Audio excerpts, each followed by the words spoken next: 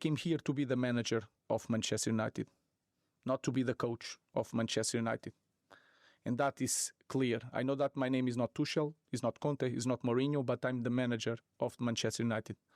And it's going to be like this for 18 months, or when the board decided to change. So that was my point. I want to finish with that. I'm not going to quit. I will do my job until other guy is coming here to replace me. And that other guy is going to be coming in fairly quickly.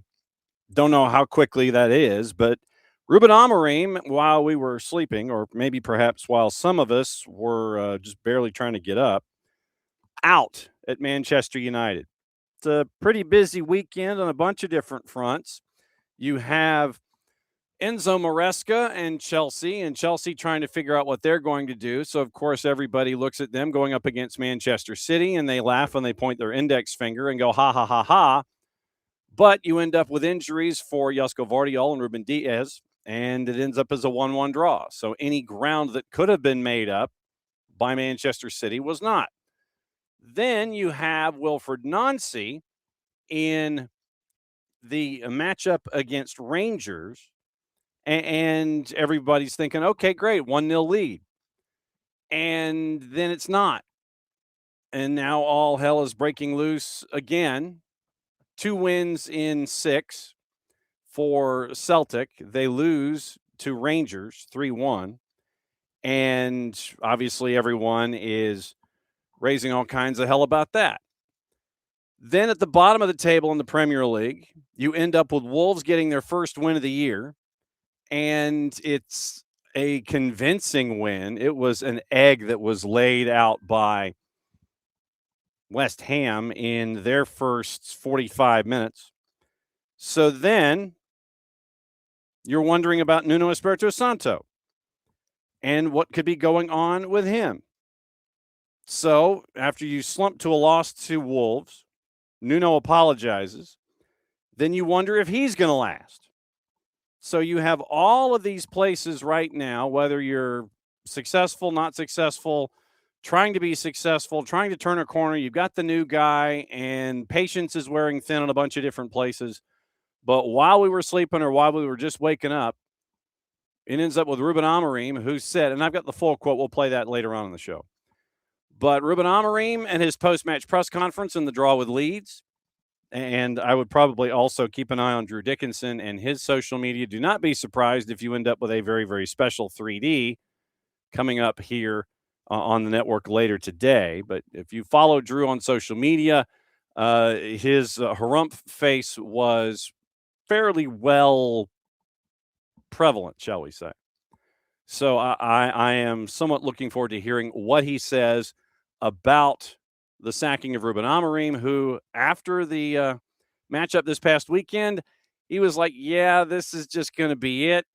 I'm going to finish out my contract, and then we're kind of done. And so the board was like, oh, really? Well, we're done. Welcome to Monday. It's a Reaction Monday here on SDH. John, hear you there. Thanks for dropping by. And I guess technically that was opening kickoff, brought to us by Morning Espresso. And coming up in just a little bit across the network, I'm sure you will end up with your opening kickoff, and you'll have Morning Espresso, and we'll be kind of bouncing off each other today as we get you ready for everything, including AFCON. They're continuing to trim down to 8. What happened this past weekend? You've got teams in Major League Soccer that are signing folks. Kai Wagner goes to Birmingham City, gets an assist in his first match out of the blocks. Birmingham City still wants to be chasing after a Premier League promotion spot, but they got a lot of work to do, even though the championship, as we all know, is pretty much crammed from 5th to 13th. So all of this stuff that has happened this past weekend we'll get into. And I know that a lot of you are looking at everything that is going on with AMBSE and the Atlanta Falcons. Last night, so you finished the season winning 4 in a row. You finish up at 8-9. You finish up in a 3-way tie for the NFC South, and the dirty because of tiebreakers ends up going in a different direction. So you've got that to look at, and everybody's saying, yeah, Raheem Morris, and the players were being very supportive. They were looking for Raheem Morris to come back. He's not. Raheem Morris and Terry Fontenot were announced that they were going to be relieved of duty when it came to the Atlanta Falcons. That happened last night. So then this morning you end up with more news out of AMBSE, where Rich McKay has been reassigned, and you now have a new president of football, so American football. So you've got that going on with AMBSE with the Falcons. Arthur Blank has come out with a letter explaining everything, and basically the buck stops here, buck stops with me, and here's what we're going to do. And so Arthur, as he always is in his very, very earnest and respectful way, is saying things change because the buck stops with me. And so you've had a sacking of a head coach. You've had a sacking of a GM. You've had reassignments in the front office. So where does Matt Ryan fit into all of that? We'll see. But, yeah, that was AMBSE. So AMBSE's had a busy night. You had Chelsea dismissing Enzo Maresca, and it looks like it's going to be Liam Rossignol who's going to be coming over from Strasbourg. That's a part of the Bowley Clear Lake chain. And now it looks like Gary O'Neill might be moving over to Strasbourg. There was a discussion that Eric Ramsey might be a part of that, but it looks like the Gary O'Neill stuff has gone down the line a fair bit. And that's kind of where we are with that part of the carousel. You were thinking, Eric Ramsey initially locked into the idea of Chelsea, and everybody's like, really? After only one season at Manchester United, being a coach for a full season at Minnesota United, and after 1 year, sure, Chelsea. No, this one would have made a little bit more sense for him to kind of get adept to how things are at Bowley Clear Lake. He would go to Strasbourg, but apparently that's now Gary O'Neill, because Gary O'Neill is down the line. But what Bowley Clear Lake is saying, wow, this is carousel this morning. So Bowley Clear Lake is saying that they're not going to announce Rossignol to Chelsea until they have Strasbourg in place. So they're not going to sit there and say, well, here's an opening, and now we're going to look for somebody. No, they're going to make sure that they've got everything in place in Strasbourg so they can announce Rossignol at Chelsea. And so you have that musical chairs happening. West Ham, it appears, if they do in fact sack Nuno because of the match tomorrow, and if that does not go well, looks like Slaven Bilic might be back after a 7-year absence. When you look at Slaven Bilic and you look at Liam Rossignol, I think you're also looking at individuals that are economically feasible at this point. So that's what that is literally a little bit of the carousel this morning. Abe and Bart are set to join us in their respective time frames. Abe's supposed to be here in the next couple of seconds, and we'll talk about whatever Abe wants to talk about, whether it's carousel or what have you. Bart's going to join us at 10 o'clock. We'll discuss Yanks abroad, cards and calls, because there was one moment in Ligue 1 that was just shocking. And then we'll get into Florian Wirtz and VAR and anything else that's on Bart's mind. Like I said, we got Yanks abroad and all those kinds of things. So we're going to be drifting in and out of coaching carousel and a different kind of Black Monday. NFL's got Black Monday, and so apparently the Premier League does too. So we're going to be drifting in and out of coaches. We're going to be drifting out of sound. We've got sound from Kave Solokal at Sky about where things went sideways with Ruben Amorim. We've got the full sound bite with Amorim from the presser against Leeds, where he says, no, I came here to be a manager, not just a head coach. And there is a difference. So you'll hear that. We got Wilfried Nancy from the weekend after losing the matchup with Rangers. And, yeah, so that's where we are. But opening kickoff brought to us by our friends at Morning Espresso, brought to us and Jason's opening salvo for the day that you get Monday through. Well, you get Monday, Tuesday, Thursday, Friday because of AST. Then most of everything in AST would have been an opening kickoff on Wednesday. 4 days a week, you get audio video versions of Morning Espresso brought to us by Oglethorpe University. You get the newsletter on Wednesdays, and you can catch that. You can subscribe to that by going to soccerdownhere.net. Okay.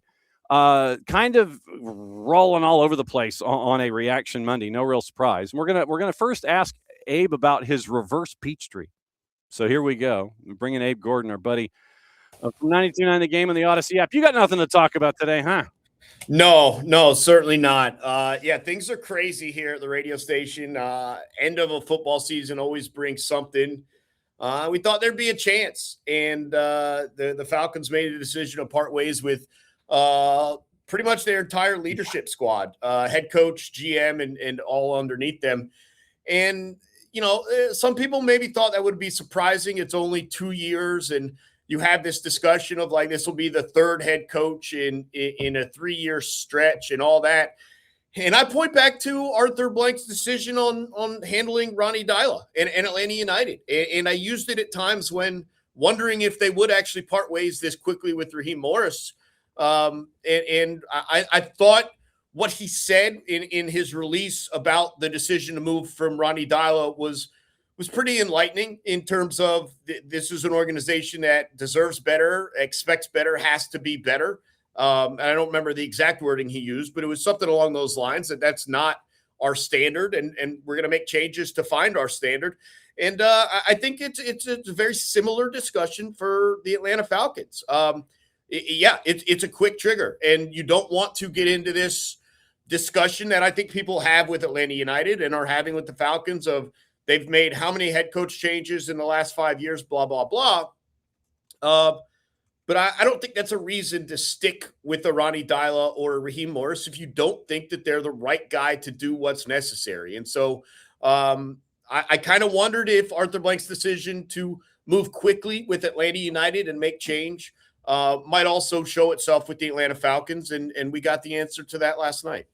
It is a results-driven business. And I think that you're looking at now more and more situations involving owners in multiple sports, in one umbrella, where if something ain't going right, then it's not going to be like in college football. It used to be, okay, we're going to give you one full recruiting cycle and you're going to get the 4 years, and then we'll judge you, out of year 4 heading into year 5, which would have been your first time that everyone would have gone all the way through. It is now literally like 2 years.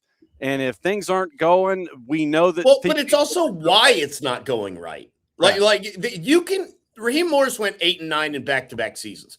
You can be a head coach who's gone back-to-back losing seasons and retain your job into year 3. Like, not all performances from a coaching standard are created equally. I think you look at the decision-making, some of the whether it be roster or in-game decisions, some of that stuff that you place directly on your head coach, time management, the use of challenges, other assorted decisions that make you question the ability to improve the team. That's different than, a quarterback developing and you're starting to see some bright spots. You had to win this year. Like, you knew you came in having to win this year. That didn't happen. And the problem was I don't have the belief that he would win next year. Ultimately, that's what it boils down to.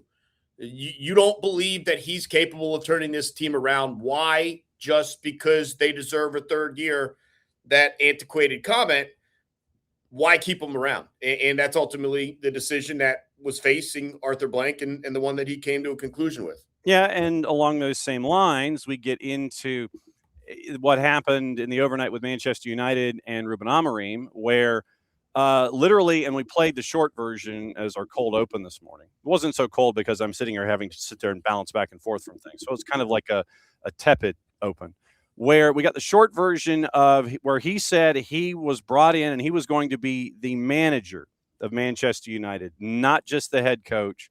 And he says this publicly, and he's like, 18 months. I got 18 months left on my contract, and then we're done.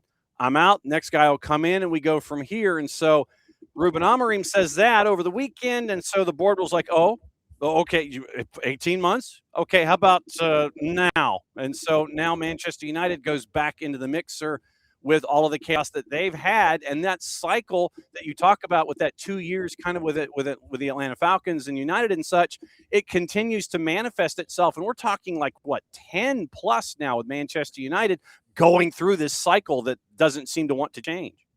Yeah, I thought that was an interesting comment of I'm not here to coach, I'm here to manage, stuff like that. And it felt like that put quite a lot of onus on the players to just do their jobs, and that makes my job easier. And that's just not how it works. And you look at roster construction and where things fall apart, whether it's on the soccer field or on the football field. And what happened for the Atlanta Falcons, in my opinion, is not just a Raheem Morris thing. And they did part ways with GM Terry Fontenot as well. Mm-hmm. First off, the quarterback situation is a disaster. Like, we understand that. And it's the one thing you can't get wrong at the NFL level. But separate of that, you didn't have enough receiver depth to get you through when there were issues with Ray McLeod, Darnell Mooney, and Drake London. You lose Divine Diablo in your linebacking core. No one steps in. You go 0-5 when he's out. You don't have the depth there to deal with one single injury.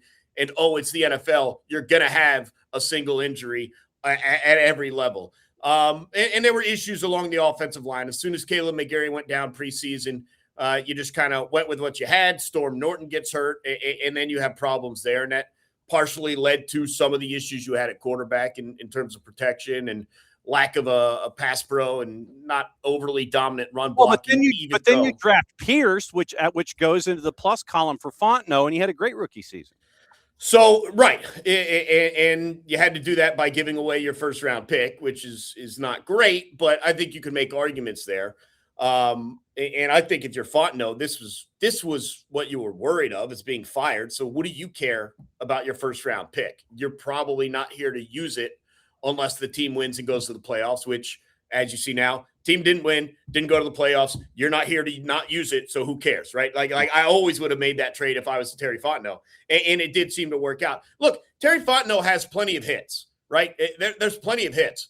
But you talk about your quarterbacks since Matt Ryan being some combination of Desmond Ridder and Marcus Mariota, and there's one or two I'm forgetting, Michael Penix, Kirk Cousins. Like, it's been bad, and it's been bad under him. And ultimately, if you miss on that position, you're not going to be able to win in the NFL. It really is that simple. And so I think that's part of it. And along with just there were some roster holes, and that had to be addressed. And look, he was here for 5 years. You didn't make the playoffs in any of them. It's now an 8-year stretch. Like, it's a different discussion for Raheem than it is for Fontenot. Raheem, if you want to argue the sample size is smaller and he deserves a third year, while I disagree, I understand it. For Terry Fontenot, you've been 5 years without a playoff. Like that's not good enough. So I think if you're just kind of blowing out the whole thing, you're starting over with entirely new leadership in terms of decision-making about players and then in-game coaching as well. You do it at the same time. You're just totally resetting. And then the announcement this morning that Rich McKay is being reassigned. You now have the Grand Exalted Poobah of football. And so now you're getting, in addition to the baseline guys that you're used to seeing when it comes to football and associations with rosters and decisions, you've now gone into the infrastructure to make yet another change and an adjustment, or really it's a promotion over time after learning, I guess. Well, here's the problem. They already told us that that's what had happened. They had already told us Rich McKay was no longer involved in decision-making with the Atlanta Falcons, that he slid over and was doing a lot more with Atlanta United and general AMB SE initiatives like the training facility, like the World Cup, the future Super Bowl, the new NWSL. They had already said that's what he was doing. There were a lot of complaints from Falcons fans that Rich McKay's hands are still on this. And they had assured us, no, he's not making those decisions anymore. This was 2 years ago, at least. And now you come out and say, all right, Greg Beatles has been promoted. Rich McKay is going to officially slide over here. I thought he was already over here. I thought he was already away from the football team. That's what we have been told. So Look, it's very confusing. A lot of people have been frustrated. A lot of people blame Rich McKay for a lot of the issues in terms of the Atlanta Falcons. Whether he was involved or not, you had told us that he wasn't. And now, 2 years later, we have a press release to detail a transition that we all thought happened 2 years ago. So it's very confusing. A lot of people were like, finally, Rich McKay is gone. And then you read to the bottom of the press release, and he's like, no, he's still there. He's still doing his stuff. And look, I have no problems with Rich McKay. I never know who to blame with these things, right? Because I'm not in the room. I don't know who signs off on, yes, we're paying Kirk Cousins, but let's also draft Michael Penix. It might be Raheem suggesting that. It might be Fontenot. It might be Rich. I have no idea. But I'm also not going to sit here and believe that just because you tell me Rich McKay is sliding over here and doing more on this side of things, that he doesn't have his hand on some of these football decisions. Unless he's gone entirely from AMBSE. And again, I'm not suggesting that needs to happen. But until that's the case, I'm not going to believe that he has no input at all with football. So we'll see. Okay. So before you go back to 92.9 and talk Falcons for the rest of the day, Atlanta United, they are looking at players. We talked about Lucas Oyos, and then you end up with you're getting additions now in the U22s. You're looking at more U22s. We'll get into Elias Baez from San Lorenzo. We'll get into that as you go. So you're starting to see the influence of Tata Martino and Chris Henderson working together, and it's South American influence bringing in players, and it's young South American players. Yeah, it's going back to what kind of got this franchise where it was at the start. Not surprising. A number of Argentinians in Latin America, South America, as opposed to kind of entering their prime, Europe, whatever.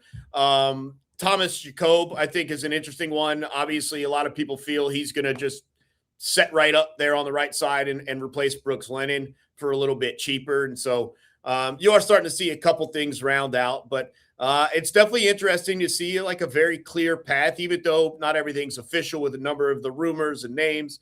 Even the fact that there's so many being mentioned from that part of the world in that age range, you can kind of see where they're headed with this. And it's just going to be interesting. It's going to be really interesting. You know, we work ahead and Mike Conti put out future schedules for us at 92.9 The Game. And last week was the first time that Atlanta United had appeared. He works way out in advance. And, and he sent me the schedule, and I scroll down. I'm the only one who reads every schedule that we sent out. I nitpick and point out mistakes. And I think I walked into his office like, this is a mistake, right? You got Atlanta United game on there.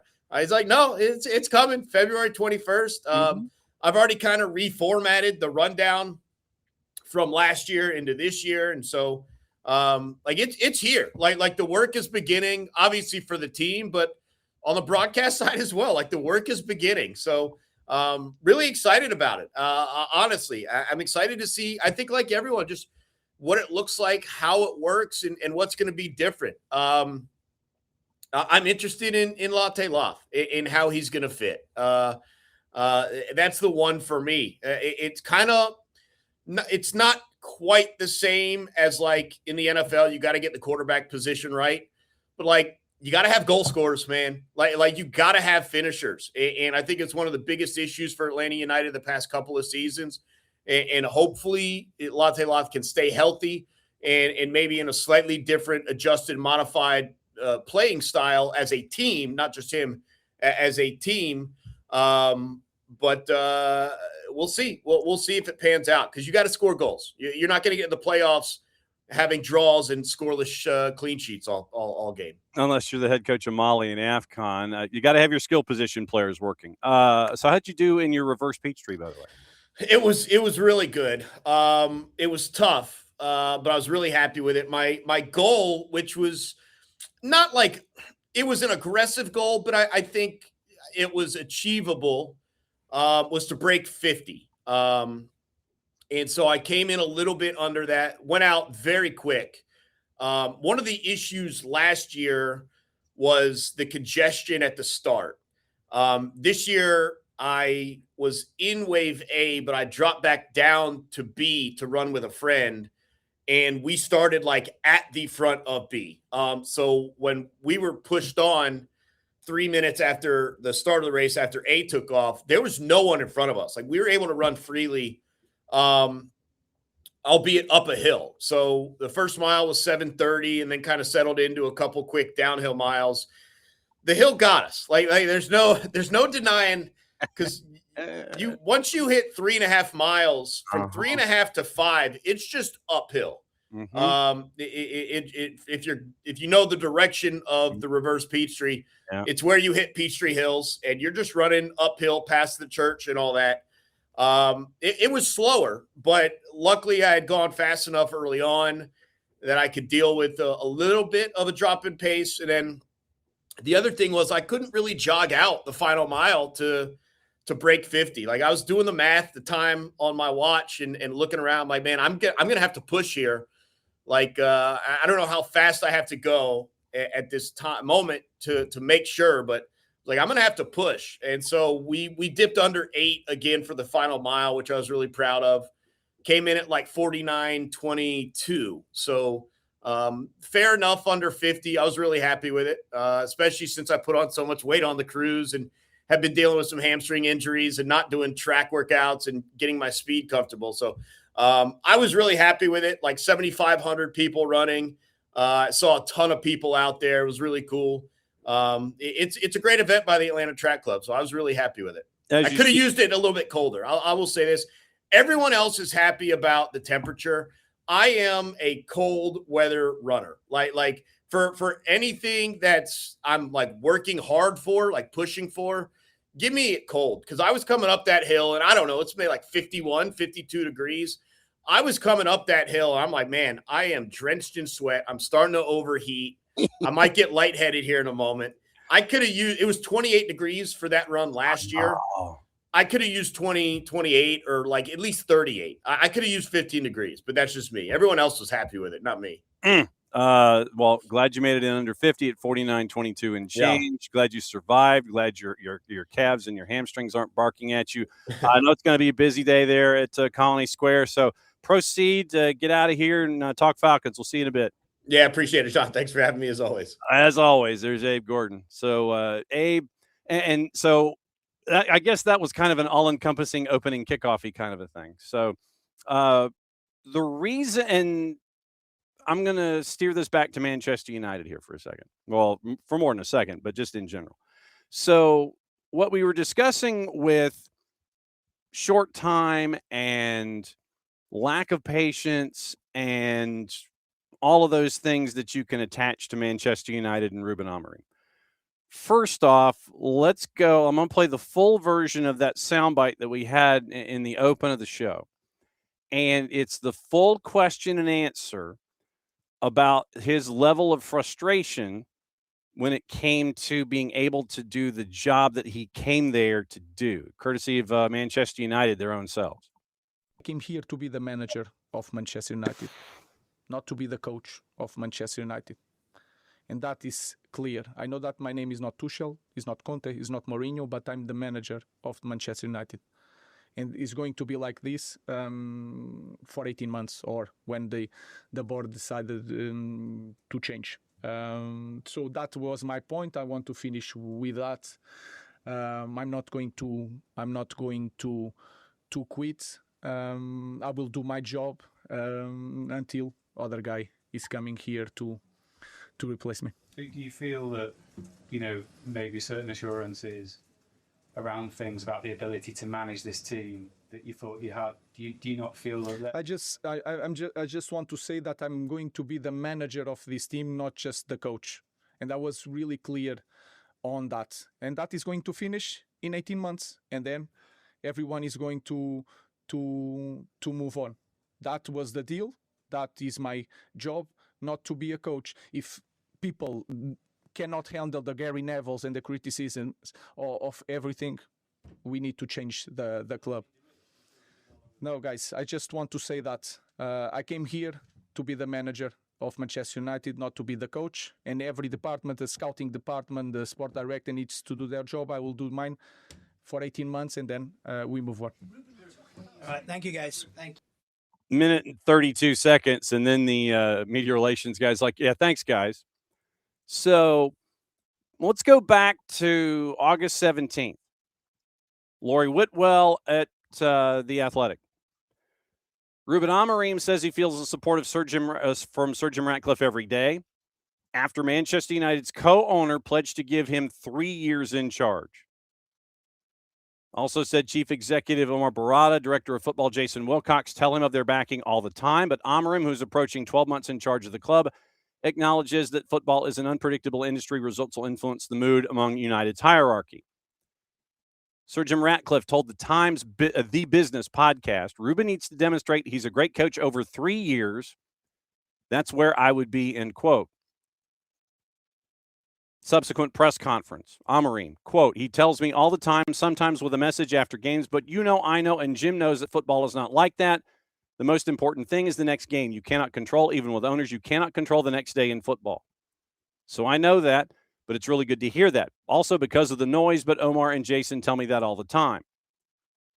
Backing from above. First of all, I can feel it.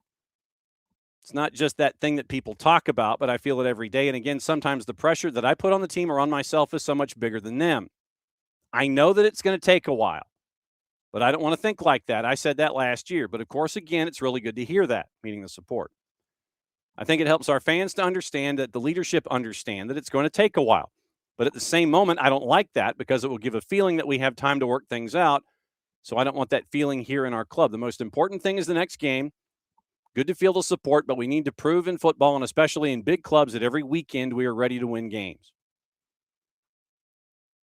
So that after Sir Jim Ratcliffe says 3 years, October. We are now in January. So really 2.5 months after that conversation that Sir Jim Ratcliffe had with the Times, apparently not. And so now you have all of these elements with Ruben Amorim that are attached to this rundown of all of the things that have gone on involving the frustrations with Manchester United fans. And to let you know, technically, Ruben Amorim is the 10th manager to take charge of Manchester United since Sir Alex Ferguson departed. David Moyes, Ryan Giggs, caretaker. Louis van Gaal, Jose Mourinho. Ole Gunnar Solskjaer. Michael Carrick, caretaker. Ralph Rangnick, who is an interim. Erik ten Hag, Ruud van Nistelrooy, who is an interim, and Ruben Amorim. 10th manager. And your win rate compared to Manchester United's other post-Ferguson managers, Ruben Amorim only won 39%. Jose Mourinho won 58, Ten Hag at 55, OGS at 54, Moyes at 53, Louis van Gaal 52, if you want to get into the whole wins and losses thing. 63 matches, a record of 25, 15, and 23. Goal difference of +8. 122 to 114. Worst win ratio at 32%, worst goals conceded per game ratio at 1.53, and the lowest clean ratio, 15%, of any Manchester United manager. And so now you have Ruben Amorim, who is sacked at Manchester United. You have Enzo Maresca, who is sacked by Chelsea. We got into Bowley Clearlake and what they were looking for earlier in the show. 92 matches for Maresca, 55, 16, and 21. Amorim at 25, 15, and 23, out after 63 matches. Garnacho, by the way, liked to post on Instagram announcing Ruben Amorim had been sacked. And to Amorim's point, Manchester United, since his first day there, 47 matches, they were 14th. 58 points, and they truly were in between group 2 and group 3. You have the main group, the big 4. Then you've got the chase group. Manchester United smack in the middle at 14th at 58 points in 47 matches and a goal difference of -6. Ahead of Spurs, West Ham, Wolves, Sunderland, Leeds, Leicester, Ipswich, Burnley, and Southampton, the 23 teams that were involved in the Premier League since Ruben Amorim walked in the door. And by the way, they were the last 2 managers, meaning Amorim and Maresca, to win the Premier League Manager of the Month award. So Manchester United sacks Ruben Amorim, informed of the decision, immediate effect, 14 months after the breakdown in relations. And to the point that we were discussing with Abe and ownership, and really the Chelsea situation. I mean, and it's different, but as a front office, you feel like you have to do something. Ruben Amorim said he wanted to be the manager, not just the coach. And there is a difference. The interpretation being that he was there to have impact in player transactions, player suggestions, discussions about who to bring in to help things out philosophically, and not just be the guy who's going to be on the touchline and have guys, going back and forth in front of him, and that's your only duty.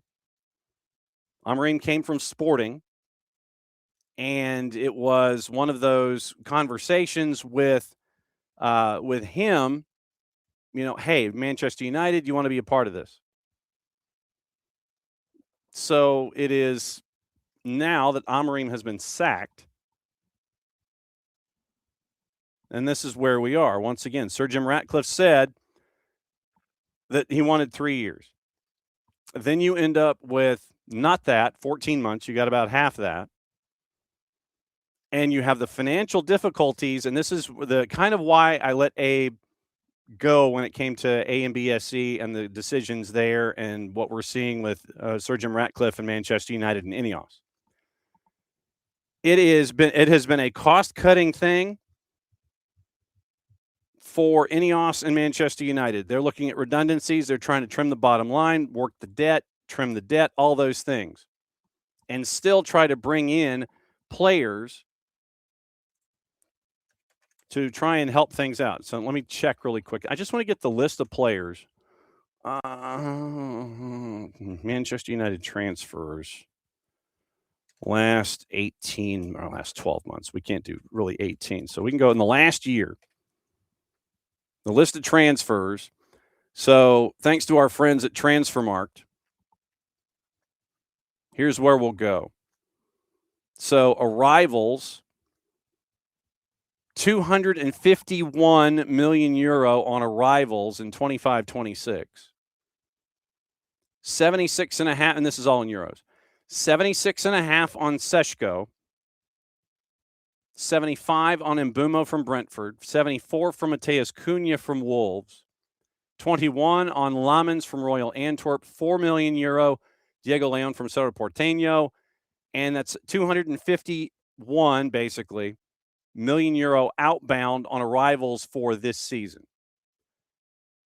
So inbound arrivals, you drop 251 million euro. Outbound, 74 million outbound. So it is a net 175, basically. Spending on Seško, spending on Mbumo, spending on Cunha, Lamens and Leon. Garnacho, you get 46 million from Chelsea. Antony, you get 22 million from Real Betis. Rasmus Højlund, you get a loan fee from Napoli. That's it. Free transfer, Lindelof to Villa. Loans, Onana, Rashford, Collier, Amas, and Jadon Sancho. Johnny Evans retired, and Christian Eriksen is at without club FC. So you go over the year before that. Let's get into 24-25. 24-25, you still end up at a net minus of 129.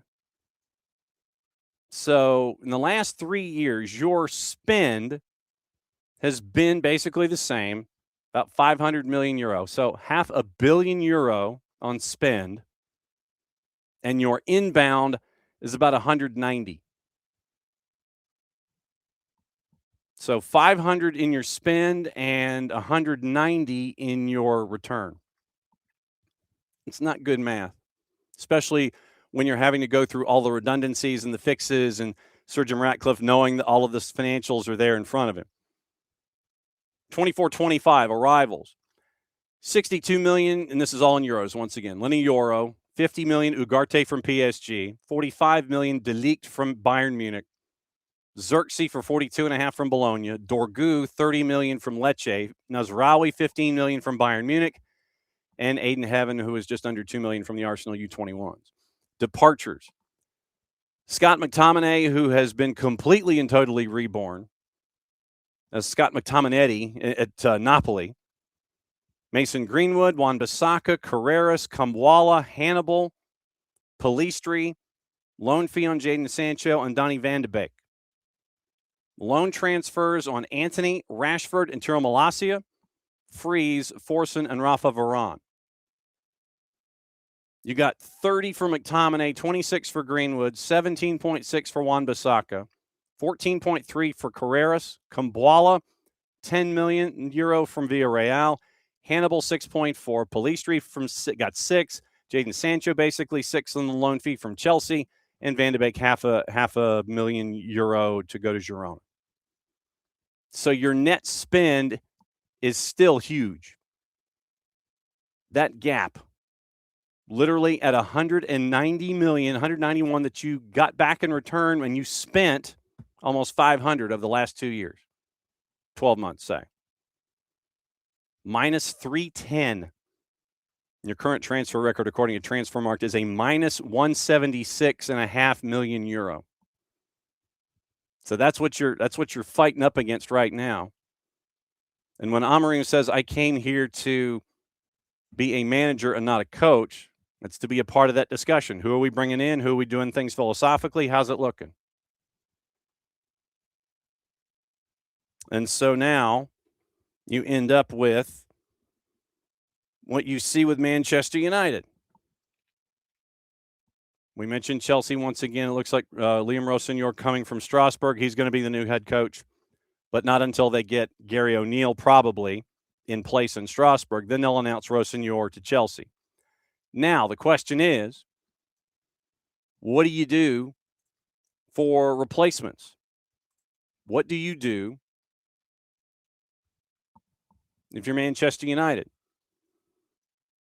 And by the way, your piece of trivia, after 14 months, no manager has a worse record for the club since Frank O'Farrell in the early 1970s, according to our friends at ESPN UK. What do you do? What do you do now?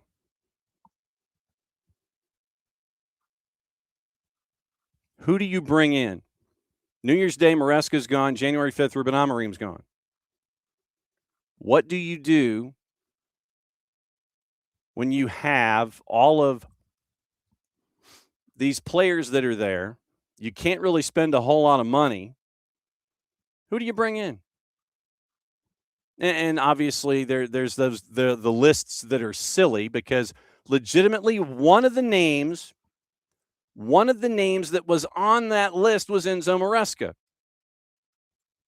I mean, this is what happens in a situation like this, where you legitimately just sit there and you're throwing spaghetti against the wall to try and come up with something when it comes to, hey, all right, so what's the list?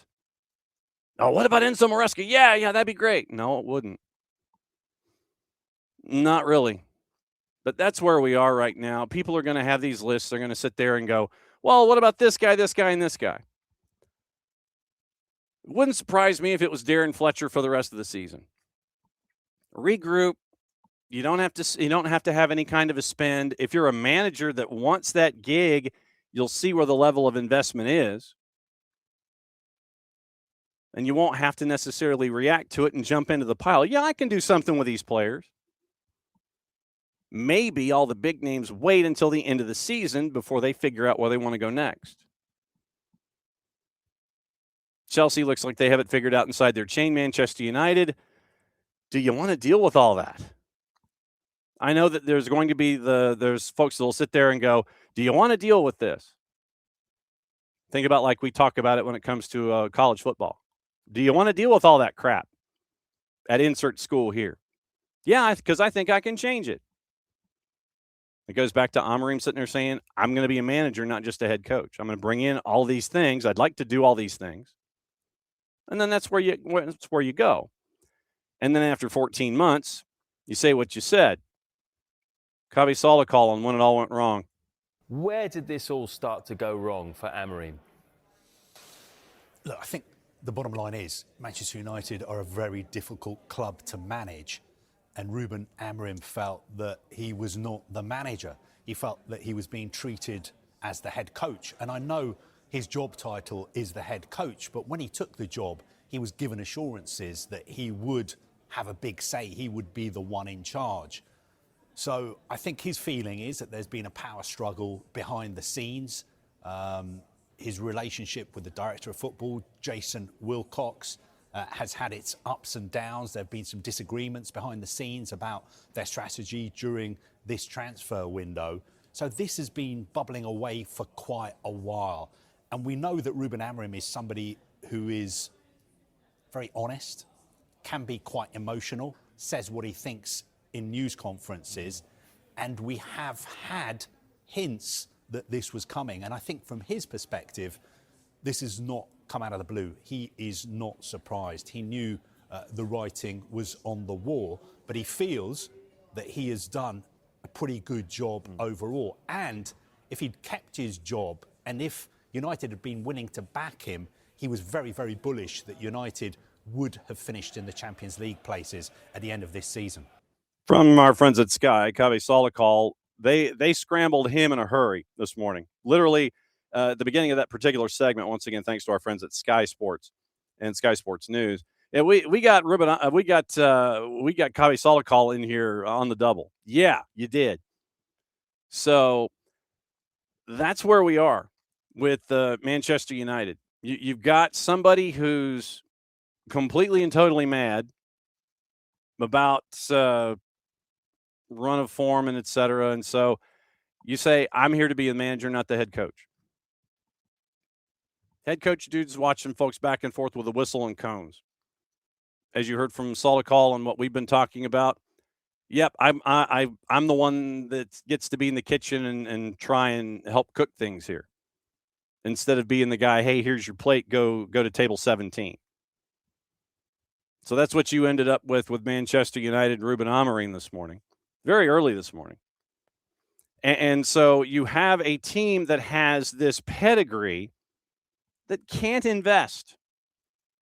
Or at least they can't invest, or when they can, it has to match ins and outs.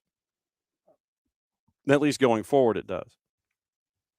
As we went over the last 2 years of transfers involving Manchester United. Like I said, I think that Drew's 3D is going to be a must listen later today. I'm sure he's trying to figure out how to do it calmly instead of, ranting into a microphone for however long he does. But Manchester United, you've got financial problems. You're trying to build a new barn. And you're trying to figure out how you can get back to something resembling, I'm not going to say solvency, but keeping control of your finances with all the redundancies that are gone, all those kinds of things that you're keeping an eye on if you're Sir Jim Ratcliffe and Ineos. But if I'm also a manager, yes, I want that gig because it's Manchester United, and then you can sit there and have on your resume, I was the one that, resurrected Manchester United from X, and here's where we are now. If you have a situation where the financials are what the financials are, the owner says he's got your back for 3 years, and then the situation gets so untenable that it only lasts half that time. If you want that gig, what does that say to you? That, yeah, I'll sign up, I'm getting paid, and I'll max it out, and we'll see what happens, and I can put that I was at Manchester United on my CV? I mean, are we to that point where it's just like, yeah, I think I'll go, and then I will end up with this on my resume. 47 Premier League matches, 15, 13, and 19. 10 managers. 10 managers since Sir Alex departed. And right now, this is where you are. Obviously, you look at, the reliance on a player like a Bruno Fernandes and how I believe he was in more than 40% of the matches that Amorim was in charge of. And so you've got that right there. Manchester United under Amorim. Fernandes had 42 appearances, Lenioro 41, Diego Dalot 40, Ugarte 37, Mazraoui 35. Most goals. The most goals in the matches under Bruno Fernandes. One player in double digits. Fernandes with 11 goals scored. Diallo with 9, Mbeumo with 6, and that's this season at the halfway point. Xerxes, Casemiro, Mason Mount, and Cunha each with 4. So one player with double-digit goals during Ruben Amorim's time in charge, and that's with Bruno Fernandes. Also the most assists, and Bruno Fernandes is the only player, once again, that would be in double digits in assists during the time of Ruben Amorim. Fernandes had 14 assists. Then the next highest individual with assists during the tenure of Ruben Amorim, Amad Diallo with 6. Diogo Dalot with 4. Ugarte, Dorgu, and Christian Eriksen with 2 each. I mean, think about that for a second. Most goals, Fernandes with 11, only dude in double digits. Diallo with 9 and Mbeumo with 6 all this year. Xerxes, Casemiro, Mount, and Cunha with 4 each. Assists, Bruno Fernandes with 14. Amad Diallo with 6. Diogo Dalot with 4. Ugarte, Dorgu, and Eriksen, 2 assists each. Those are your top 5 in goals and assists during the time that he's there. I mean, this is where we're at. About ready to dive into hour number 2 and catch up with Bart Keeler on all of this and all the other things that have gone on. There are some cards and calls.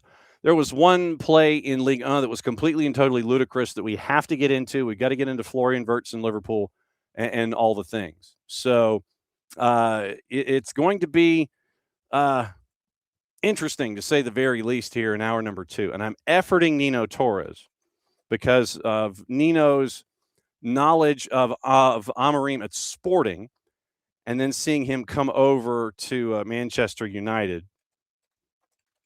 So hang on just a second. I'll bring Bart in a second here.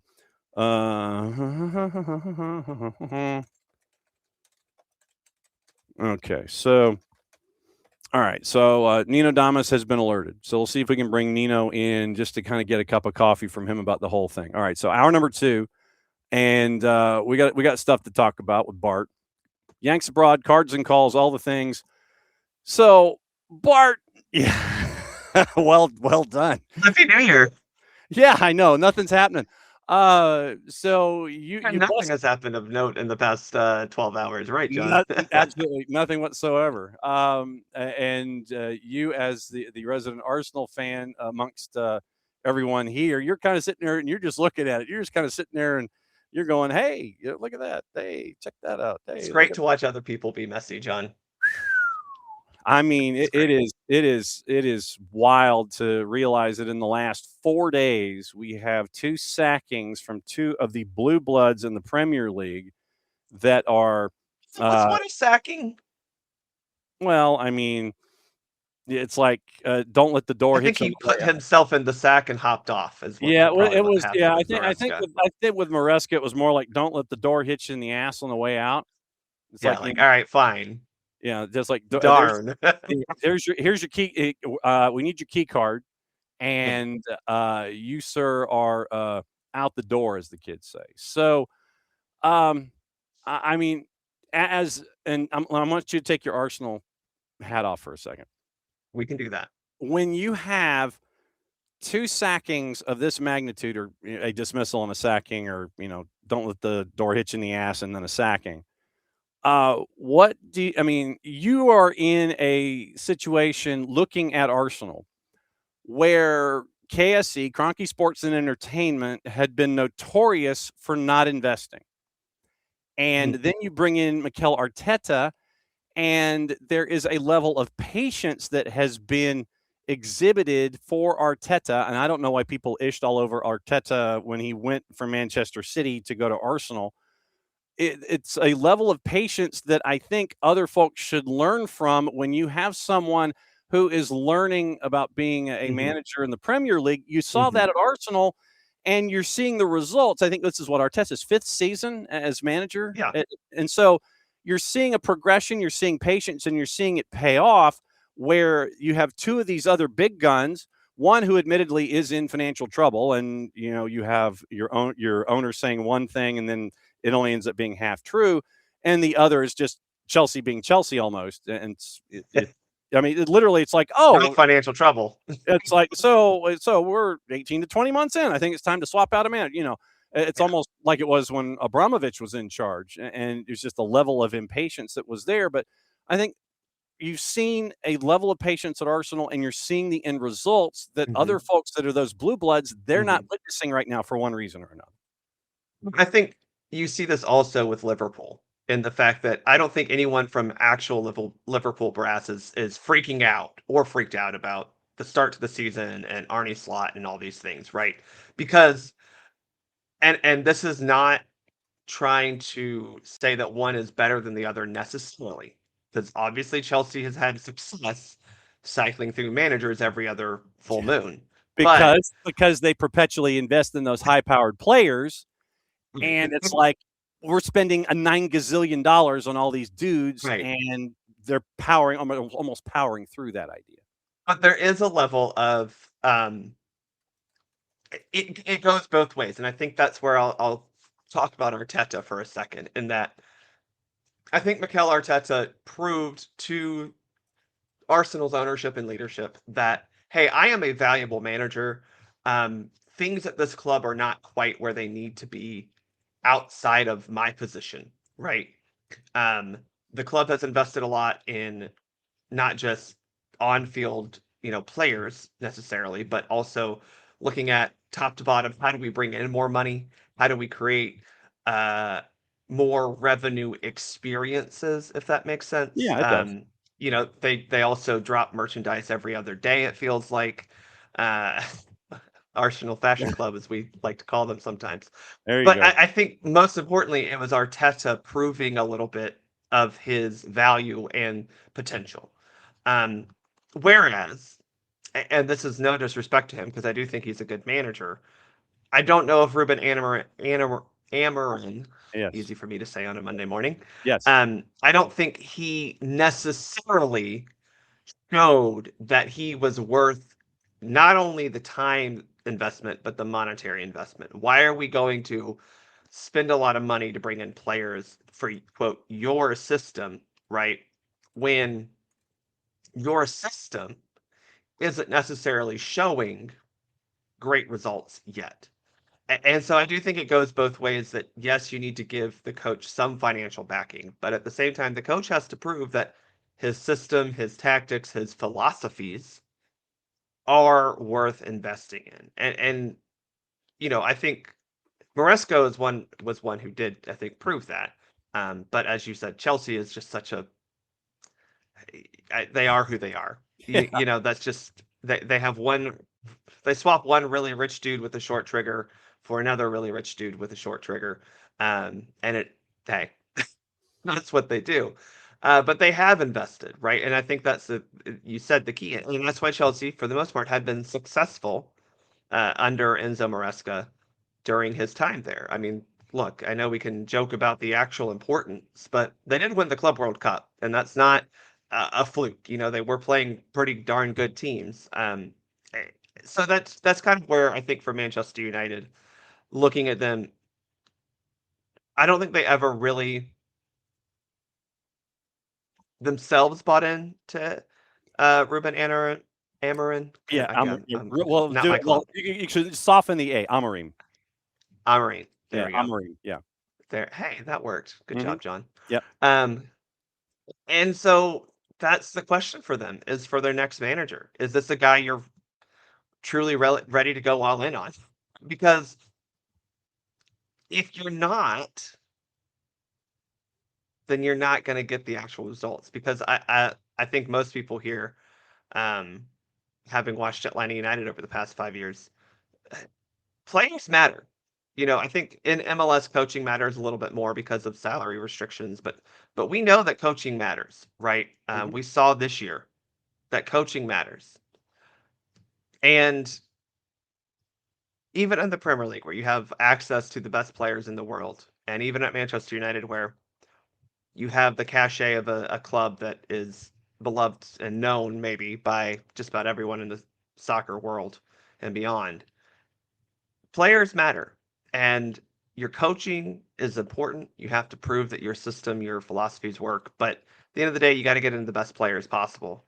And while it doesn't always have to be, you go by, you know, the Man City approach or the Chelsea approach, where you just go buy the next hot thing, you do have to be smart, and you do have to be bold with your signings. And if United aren't willing to do that, then I think they're going to be stuck in this cycle again. Yeah, like they've been for the other previous 9 managers after Sir Alex left. Correct. I mean, you're and that's a hard thing for them. I do want them to. Sir Alex Ferguson was one of a kind, 100%. But similar to, and to throw on the Arsenal hat a bit, Arsene Wenger and Sir Alex Ferguson were wildly successful in an age where a dominant manager mattered. A guy who controlled top to bottom the club. Yeah. That's not the case anymore. There's way too many intricacies of the game that have to be managed by specialists in those areas. And I think Man United have to figure that part out. Our buddy Ben Jacobs this morning, denials of power struggles or ultimatums, but understand there was a breakdown between Amorim and Jason Wilcox.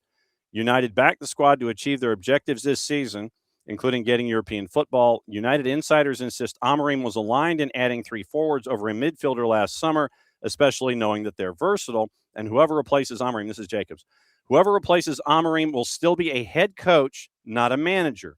No coach will ever sit above the leadership team or be given a recruitment veto like Ten Hag, as Manchester United's model is collaborative. So, 47, so it was 15, 13, and 19 and 47, 32% win rate, -6 in the Premier League, and then 6 clean sheets. So that's what you're, well, and what the thing with Manchester United is that you are dealing with something of a catch-22, because you have an owner and an ownership group that is taking over from the Glazers. The Glazers, pretty much treat it as their own restructuring piggy bank every single time.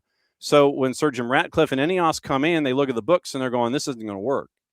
Because at the end of the day, Sir Jim Ratcliffe and Ineos are looking at their investment as an investment, knowing the branding is still attached to it. But at the same time, you can't just throw money down a hole and set it on fire. And so you're looking at this standard that has been set previously through deficit spending, and I mean deficit spending with the Glazers. And so standard is here. Ineos and Sir Jim Ratcliffe come in understanding the standard, say that 10 times fast, and going like Pittsburgh Steelers fans here, John. The standard is the standard. Yes, and the ceiling is the floor. Hubert Davis. So you look at this standard that has been set under these circumstances, these financial circumstances that can't be this way anymore, and you're like, okay, redundant. We got to cut. We got to cut here. And, it's cold sandwiches and for everybody for lunch now. And you're trying to juggle the idea of trimming redundancies and trying to be this lean operation with Mhm. trying to compete with that expectation that has been set through the previous owners. Mhm. And then you're bringing in manager after manager after manager who says, yeah, I can work with this. You get alleged assurances about, okay, let's work with this. And then you don't get to work with it because of the financials that are attached. And so it's almost like this catch-22 that you're caught in right now, where Manchester United is concerned. And yeah, do you want the gig? Yeah, I want the gig, and I want to help out, and I want to turn Manchester United around. Oh, there are some constraints here, and then there end up being more constraints as you go. And so it's this moving target, it seems like, with Manchester United, their financials and the dudes that come in, and it's all these chainsaws that you're juggling, and it turns out to be something of a very, very short-term thing for a lot of folks. And again, that goes back to the investment side of things, if they can or will invest. And again, the team on the players on the field are going to win you games. That is the fact. But as again I said, the modern age of football is not, oh, you just have a good manager and some good players on the field and you win games. There are so many things that happen off the field that make clubs better. And I think you kind of hit it, that United is not able to focus. Or they are focusing on those things. I do think that's unfair to say they're not. They're just not at the level where they're ready to make those things enhancements yet. They're still trying to figure out all their financial Yeah, yeah, and I you're having to do juggle. like Alex Bassine's we're winners and deserve more, and our model is we win things. Like, that's kind of funny. Because that's kind of how it feels like, Manchester United was. I mean, I'm not involved with the club as much as anyone else, but when's the last time you heard of a great Man United academy prospect coming up from? Man City's doing it.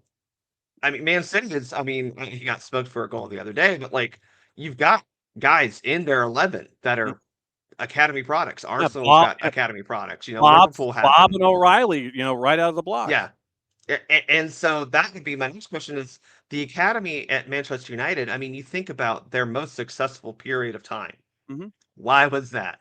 Because they had 8 guys from the academy somehow in their first team, and they haven't had that either. And that goes. We could dive into Atlanta United here. I will. Even an academy producing a couple of starters for you every 5 years. It's a long way. And they don't have that either. And so I feel for Amorim. I feel for all the coaches who have come there, not necessarily for Ten Hag, but I feel for other coaches who have been there. How'd that work out for him at Leverkusen?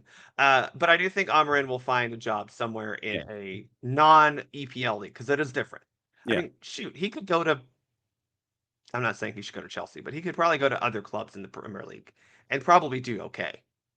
But again, look, United, they're sixth. It's not like they're bottom half the table, but they haven't necessarily been good this year or this period of time yet. And so when you're only sitting at 6 and you're looking outside of your European qualification, it's kind of hard to argue you should be there. Yeah. See also Atlanta Falcons. Yeah, and your big gun is currently injured, and you're trying to figure out how to navigate that. So when we mentioned, you report the news, John, about the Falcons and United and Rich McKay? Yeah, and okay. I wasn't paying attention. I'm sorry. Yeah, it was with Abe, and I mean, I look at Abe would know. Yes, I've looked at Rich in this way, where I think that in every business there's that one, every successful business, and I'm just talking outside of athletics. In every successful business, there's always that one guy who is valuable to have around, and it's because he knows what it means to be in the left wing. He knows what the left wing of the big glass office. He knows what it means to be on the right hand side of what happens over here. He knows about this. He knows who to contact. With all of the new faces that come in, and this is, it's like, if you need to have something done quickly in a legal sense, he's the guy that you could sit there and go, hey, who's the lawyer that we got on call that we need to have something drawn up immediately, because of the newer guys that are in there that may not know. Those voices of experience that you have that know every aspect of what's going on because he's seen every department grow and evolve. And he's seen the infrastructure grow to where it is, and has an understanding of the machinations of the greater business that you're in. And he can sit there and say, yeah, you need to talk to this person. Yeah, you need to talk to this person. We need to have so-and-so help us out with this widget contract with the state of Kentucky. Okay, bring Rich in, and he can let us know, okay, what's the lay of the land in Kentucky. So, like I said, and I'm kind of pulling from a bunch of different places here, but there's always that one guy in every successful business that you can count on to sit there and either be there for you when you don't have anybody that's experienced enough in a key role to help you out in a situation like the competition committee for the National Football League. Having him there, having him with everything that he's done in the city of Atlanta, everything that he knows about the right guy to talk to in a situation like that. I think that with Rich, hasn't been as active, I think, as has been presented. I think that he's in the line of people that we have Q&As, and when we really have something that we got to really ask, Rich is the guy that he's our answer man. And so I think that having him where he's been the answer man for a lot of different things, and to have someone like that is valuable. I don't think that he has been as Atlanta United active as folks may give the impression, but I think having someone like Rich is valuable in any business that you have going forward. So that, like I said, that's just my thought on Rich and the idea of being reassigned and now a director of football. I always thought that Rich was doing a bunch of different things, and now you're just taking someone who has learned from Rich and creating this role, and that's who that is now. After years of learning with Rich, okay, you're now the director of American football. So that's what I was taking from that particular paragraph this morning. That's just me.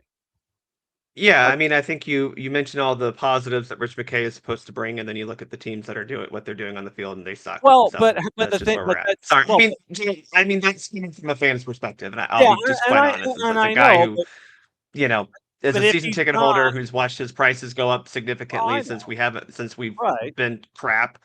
Falcons fan who hasn't watched this team win anything, despite this year setting a record for franchise most sacks, and yet we can't even beat the damn Jets or the Dolphins. It's just, I know it's not a Rich McKay problem, but it's when he is the dude who is supposed to be in charge of all this. And the standard continues to fall, or the standard of we need to make the playoffs, or we need to be top 4, whatever club you're talking about, it just keeps not being met. I know, and I will say that experience only matters if you're good at the job. That's all I'm saying. But what I'm saying is that in the day-to-day, I think that Rich is like kind of like an overseer and an answer man. And so I think that if you're talking about things with the Falcons specifically, that's Fontenot and Raheem Morris. I think that Rich is someone that you talk to when it comes to needing answers on a particular topic, but he's not in the day-to-day. He's more your corporate overseer, your corporate guy. I mean, I think I would like him to truly be in that position, which is where I think he's moving to now that he's just in charge of AMBSE, which makes a whole lot of sense. Okay. The Falcons, I'm hoping this restructuring makes more sense, and I do hope Atlanta United can find someone who is, we got to find a Garth replacement. I think that's number one, obviously, and that. Do we? Because if you've got Chris working one part, Skate working one part, and Demetrius working one part, I think that you've got all three covered. I think that you've got Chris working the on the field, Skate working the infrastructure part, and Demetrius working the economics part. And so I think that triumvirate right there, I think that it covers each of your boxes, doesn't it? If you say so, John. No, like I said, I'm just, that's what we're staring at. That's okay. All right. Cards and calls and Yanks abroad. We're going to talk about the most obvious red card that's ever red carded.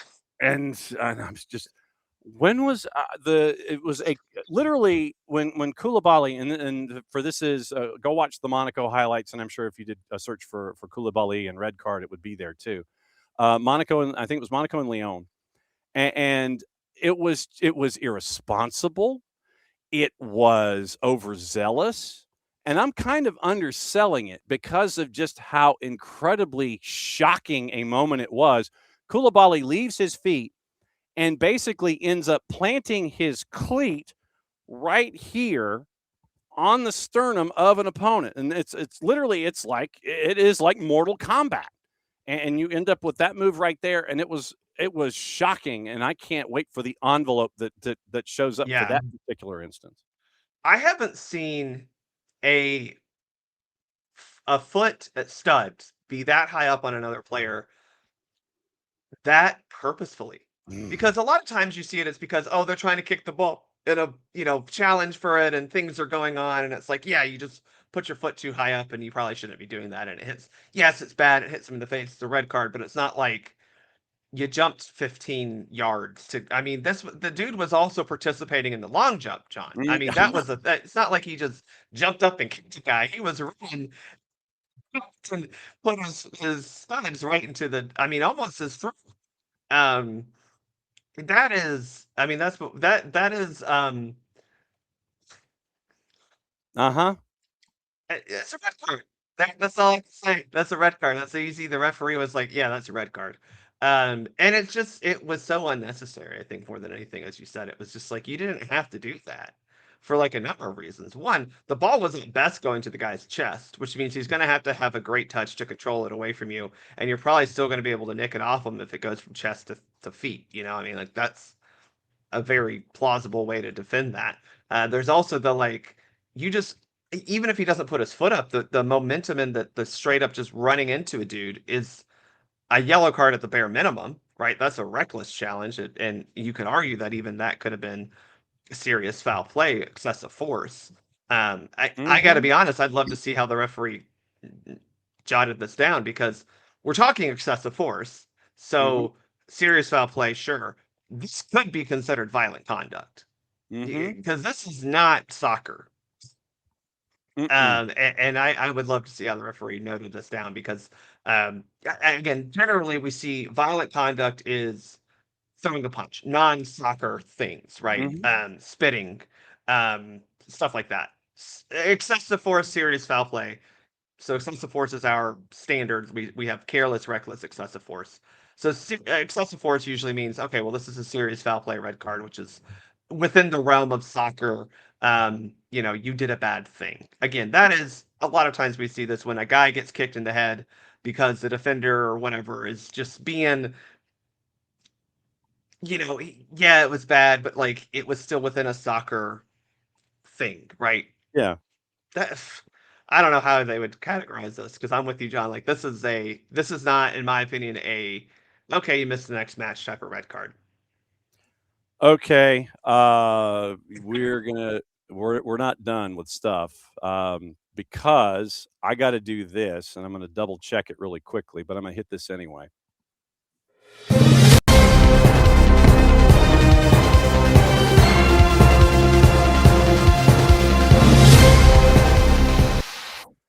All right. It just so happens Wilfried Nancy has now been relieved at Celtic in one of the dumbest things I've ever seen. And I'm hoping that, we might be just colliding for the remainder of the show. So I will warn you now that for the rest of the show,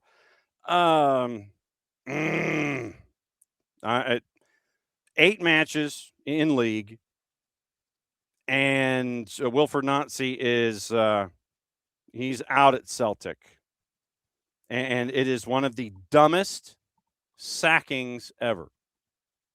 It is just, I am. There are so many things wrong with this move where Celtic has sacked Wilfried Nancy.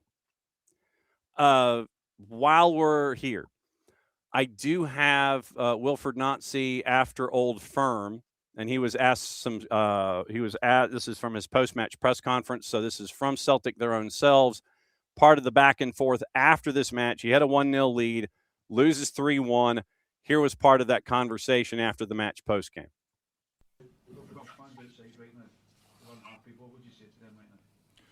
Yeah, I can understand that. I think that they were behind us the first half. They pushed us in a good way. And after that, I can understand why they are disappointed regarding the fact that we had many possibilities to win the game. I know that I repeat myself, but it happened in the past also regarding many games. And I think that I really enjoyed the first half. As I saw team players that they were giving everything with the ball and without the ball. So they see the direction that we want to go, but consistently, for 95 minutes.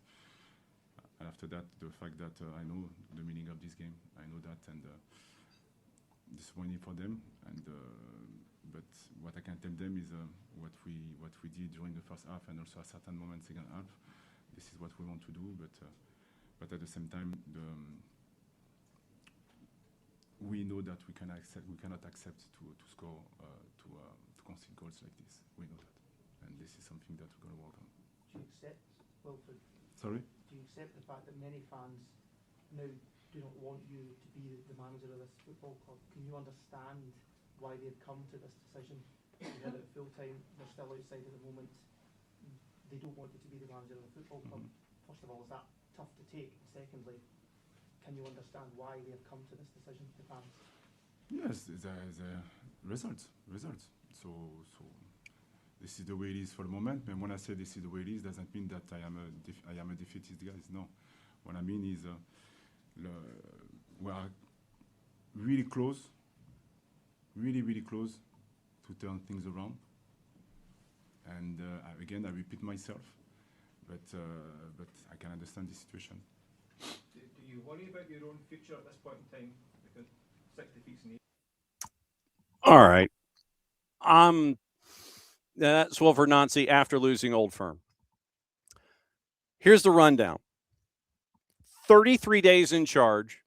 Then we talk about patience, lack of patience, what have you. We've talked about that with Maresca and with Ruben Amorim. 33 days in charge. Loses 6 of 8 matches.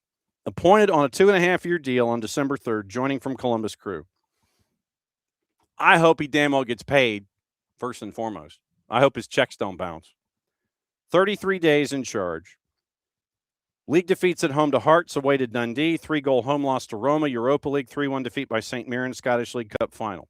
After 2 wins against Aberdeen and Livingston, Aberdeen, by the way, fired Jimmy Thielen. Celtic loses 2-0 to Motherwell, losing his first Old Firm on Saturday, 3-1 home defeat against Rangers, final match in charge. Club have also confirmed the exit of Paul Tisdale, head of football operations, alongside Nancy's staff, Kwame Ampadu, Jules Greguin, and Maxime Chalier. Brendan Rodgers resigned on October 27, initially replaced by Martin O'Neill. O'Neill came back, 7 wins from 8. Nancy, and they go into the discussions there. Last Scottish team outside of Celtic and Rangers to win the nation's top division was Aberdeen in 84-85, managed by, guess who? Sir Alex Ferguson. Hearts currently 6 points clear, both Celtic and Rangers, level on points, goal difference, top of the standings. Obviously, I have put out the siren song for Jarrett Smith. Yeah. But this is one of the dumbest moves ever in the history of moves.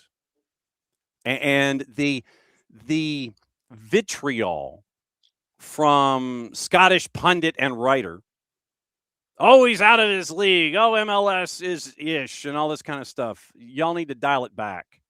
They won't. I know they won't, because it gets them clicks and engagement. But this is one of the dumbest moves Celtic has ever done.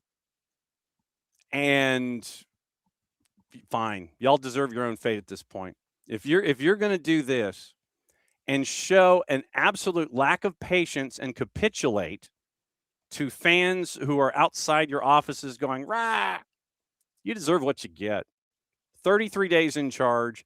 You don't want to be patient with how he does things stylistically with a roster that he didn't have any input in, and now you've sacked him.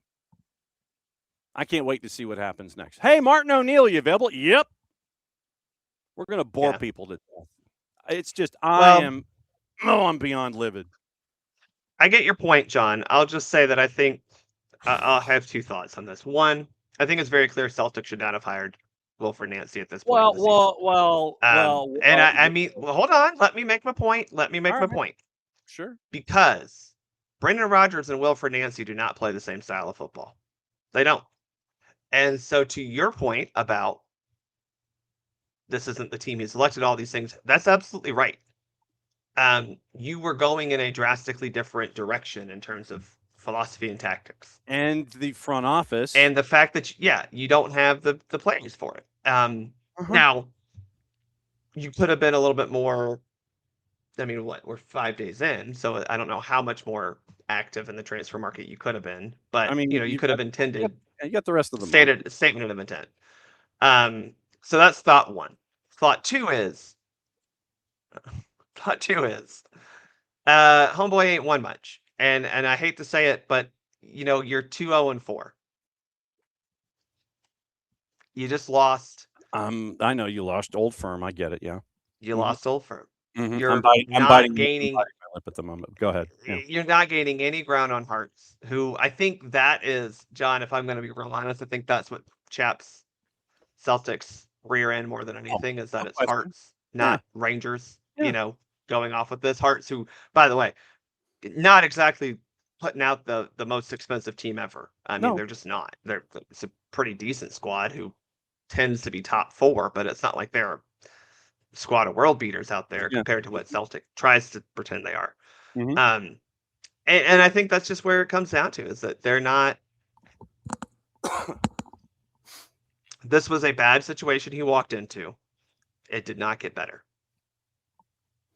Well, and to your point, and I will stipulate your remarks. I will revise and extend. So then, and Jarrett has said that he is coming in at some point. Oh, right. So, I think, and you have to look at this in multiple lanes of traffic, and I'm trying not to conflate everything here. I think that going back to Brendan Rodgers, where the board says, okay, we'll invest, they don't. While I don't condone Brendan Rodgers basically pulling a Robert Petrino Esquire move with the Atlanta Falcons and basically saying, fam, I'm out, and quitting on the job in and of itself before he got the bag in the Middle East, I think that the board is at fault here for not investing with your previous manager, creating a situation for the incoming manager that I thought was a great hire if you were to invest in the players in this window for starters to get things working stylistically for Wilfried Nancy. And so this reminds me of two things. This reminds me of two other moves.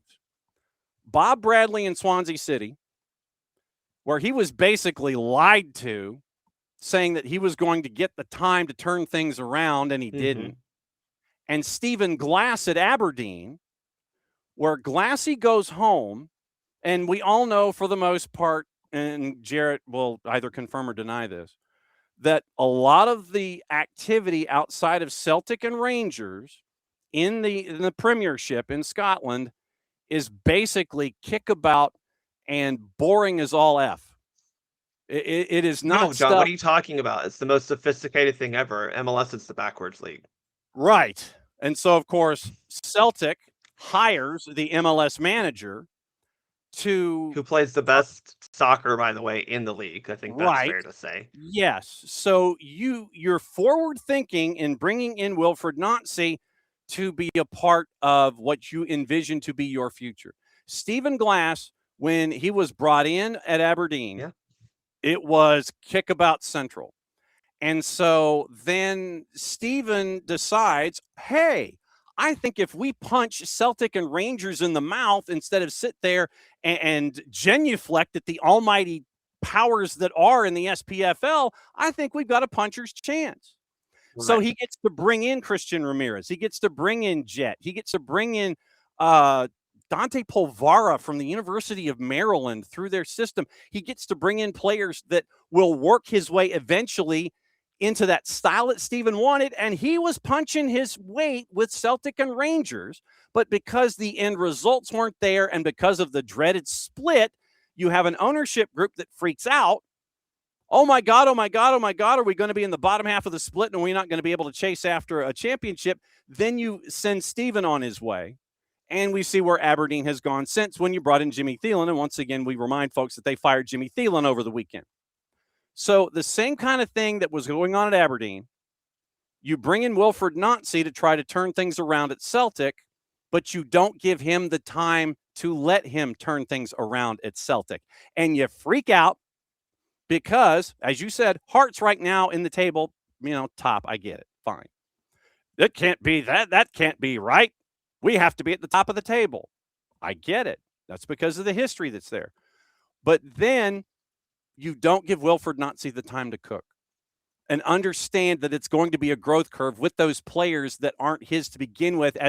And Steven Moreira, if I'm not mistaken, and Aiden Morris were both being looked at by Wilfried Nancy. I think Moreira was in the crowd at Old Firm. So if you were to bring in a center back like Steven Moreira, that would help you out. That would be more of that Wilfried Nancy style. I think we can all agree the issue is he doesn't have Darlington Nagbe. I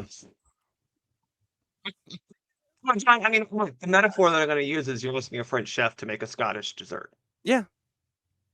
And the fact that it's like, okay, do you want him to make something fried or do you want to make something good? And you give him an ish kitchen with crappy utensils. Yep. And then you're not satisfied with the dish that he makes with the 9-month-old beer that you have in the back of the fridge and the veggies and the fruit that are turning colors. Yep. And you sit there and you're like, well, this isn't what I ordered. Sous chef, you're gone.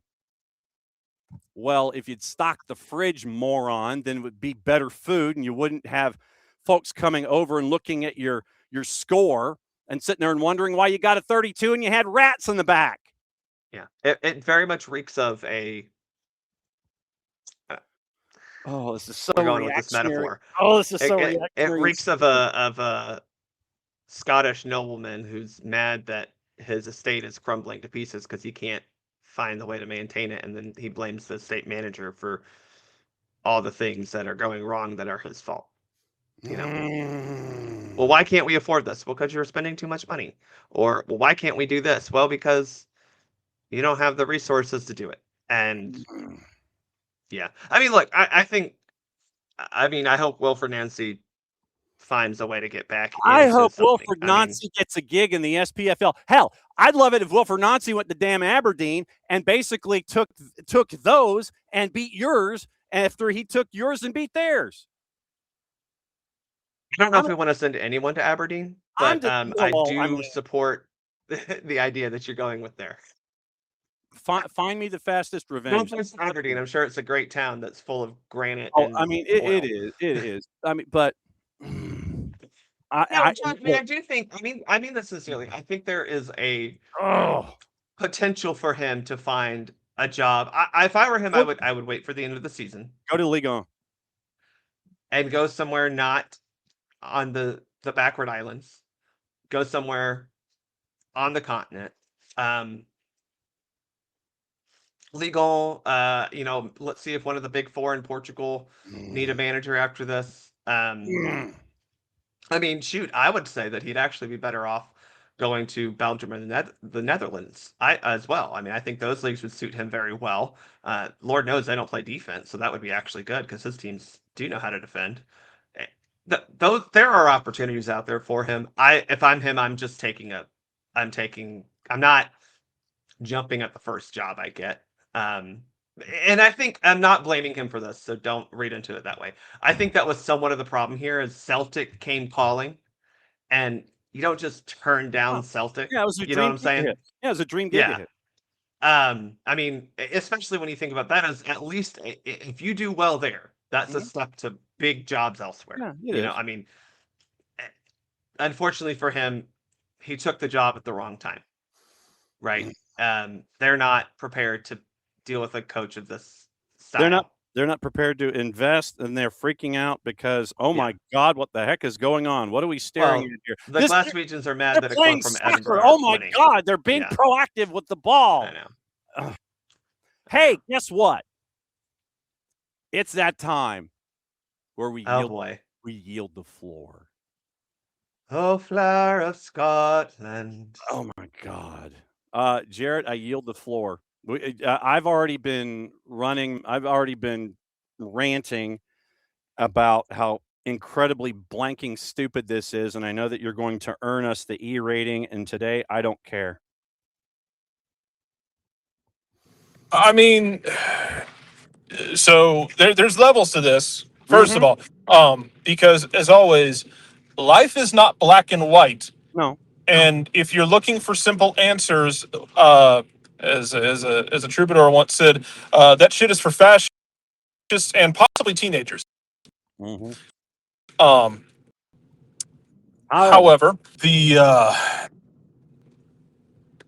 I got nothing for you. We'll never get the full story. The Cold War between Scotland and United States will continue on.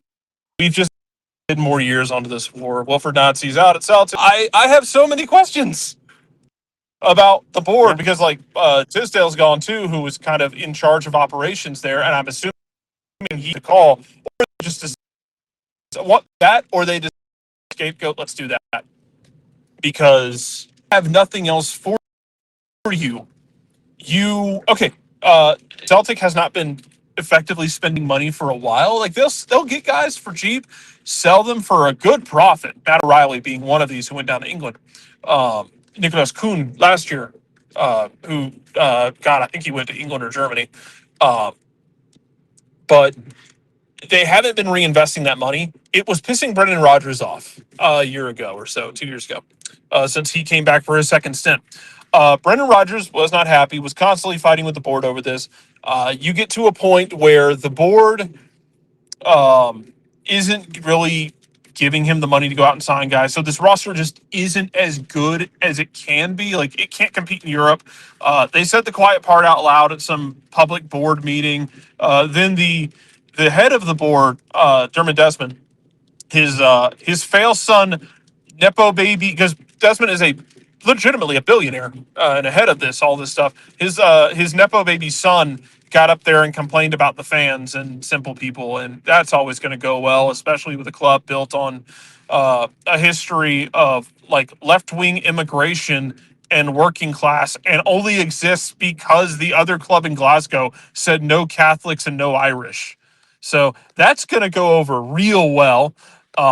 Brendan Rodgers leaves again. I will hold him at least in some part of responsibility for this club right now, because he could have told them to kick rocks in the summer. They could have made another hire in the summer and installed a new system. He rolled with it. It wasn't working. He quit. He walked out again. I will always hold Brendan Rodgers for being a quitting little bitch.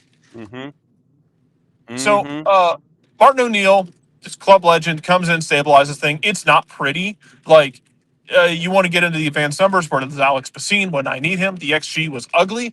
Alex, I'll put $1 in the jar for you. It wasn't pretty, but it was working. And it was just kind of like, you know what, get this thing, like, just start shoveling water while we plug holes. Then you go really ambitious and you go for Wilfried Nancy, which, Bart, you've watched MLS a lot. Wilfried Nancy has some fun-ass teams. Celtic does not have the players to hey Alex. Celtic does not have the players to play Wilfried Nancy style. Straight up. They are, I don't know if anybody here has watched them. They are not technical enough to play Wilfried Nancy style. And that is on the board and recruitment, and it's just been bad. What I want to know, so when he comes in is right at the start of an incredibly stressful stretch. It's 3 games. One of them is a match against Hearts, who currently leads the league. One of them was a cup final against St. Mirren. And then, God, I forget. One of them was a European match where they got just bulldozed. Mm-hmm. And like, my question is, like, why did you want him to come in during that time when he's not going to have any time to install what he wants to do? And what he wants to do is radically different than from what you're doing. Why did you pick then? Also, Wilfried Nancy, this is directed at you because I know there is a lot of scorched earth going in the direction of Celtic. I'm going to direct a couple of these to Wilfried Nancy. Like, why did you take this? Why did you take this at that moment where you were not going to have time to install what you want to do? If you had gone in the summer, I understand you didn't want to leave Columbus in the summer. Completely understand that. Why did you take this then? At that stretch and he lost all 3 of those games, including a cup final. And it's a Gummy Bear Cup, who cares? But it's a trophy. Mm-hmm. Why did you take it then? What good did it do you? And what was the promise from the club? Like, did they say, look, we're bringing you in at a rough time. This is going to suck possibly, but we're going to give you all the time in the world. We'll give you a window. Because they fired this man after a month and change. Like, he didn't get a window. Like, they just signed somebody. They were talking about bringing in Diego Rossi. They were talking about bringing in other players to fit what he wanted to do. And now that didn't happen. And now Celtic just sits here with egg on their face after a month. And Wilfried Nancy's reputation is kind of down the drain with it. So, oh my God, John, Mm-hmm. Bart, I yield the floor for a minute. Yeah, I had before you popped in, Jarrett, I had compared this somewhat to when Glassy went to Aberdeen, and you had a coach who got to start bringing in players, but then you had a front office who freaked, and then you send Glassy on his way, and they went back to playing kicking rocks and just awful navigatory cures for insomnia, and so that was what had popped into my head. And Bart, I mean, he does bring up a solid point. It's like, I don't know if we'll ever know the final details on all of this, but why did Wilfried take the gig then? I mean, obviously, was it just because it was at the end of the MLS season? Okay, I'm going to dive in here and we'll see what happens. Was he promised things? That to me is the thing in all of this. When you go and take the gig, did they promise you stuff? And did they ultimately sit there and go, well, this isn't working? I'm wondering. That's my question, John. And I think Jarrett probably has the same question of, if you weren't prepared to give this man the rest of the season to implement his style, to show this is what we want to do, to vet which players there can or can't play that style, not many, then what was the point of hiring someone, again, who is drastically different from Brendan Rodgers, and probably even more drastically different than Martin? Brendan Rodgers does believe that you are allowed to possess the soccer ball for more than 2 seconds. I think that's his maximum, but he does believe in that. But Martin O'Neill is very much it's not. No, not what they do. It's you're transferring to a guy who, you're transferring to a guy who believes the ball is the end all be all. If you have the ball, you are going to win the soccer game, right? And you need to have the ball at your feet. You need to be passing the ball along the grass, which is another just novel concept for this Premiership. Sorry, Jarrett, I know we're talking all bad things in Scotland and soccer right now, but I think what bothers me too is Celtic has always been the club and in Scotland that is going to dominate no matter what style of play they play, right? What they have lost over the years, I think, is they haven't been as successful, I think, as I would want to be in Europe. And that's where I think Nancy and his style would have helped them. Look, you can sacrifice a bad year in the Premiership. Hearts win. My God, I know, again, a Glaswegian club letting an Edinburgh club win is probably, tantamount to a Catholic becoming king of England. But, it's not the end of the world. If you could take a year and go, well, that sucked. Next year, we're going to go back to winning however many it was they won in a row not too long ago. But if you can then optimize your roster and optimize your play to do well in European competition, that is going to bring you more money and more notoriety that you used to have, because that's where you happen to make some noise every now and then. So. Yep. Nino Torres is attempting to join us from Lima, Peru. And so so that way we would have Jarrett with what's going. Oh, wow. So Bart just went ahead and oh, my God. He did the Irish goodbye. He did. All right. So let me bring Nino. I love it. Let me bring Nino in here. Bart didn't have to leave, but he left. Okay. So Nino, I put out the bat signal for you this morning for the obvious reason, and you're in your studio space. What's been the early vibes? Because I know that you had a show that you just had that just ended. What's been the discussions in your circle this morning? It was just a matter of time. It was just a matter of time. It was a time bomb. What happened with Amorim? To just at this stage, as the United being one of the biggest clubs in the planet, in the galaxy, I'm surprised how long he survived. Really? I am, yes, because it's the first impact. He was nice, he all the dynamics with the new coach and the new system and all that, and then it's an animal that was too big for Amorim. It was just too big for him. That's the reality. You don't have time. You don't have the luxury of the time in teams like Real Madrid, Barcelona. Xavi is struggling now too, man. Xavi is struggling that also in Madrid. I don't know how long is he gonna survive in Madrid too. So keep an eye on that. Keep an eye on Real Madrid and Xavi Alonso. Tyrion, we said it. When you go to these clubs,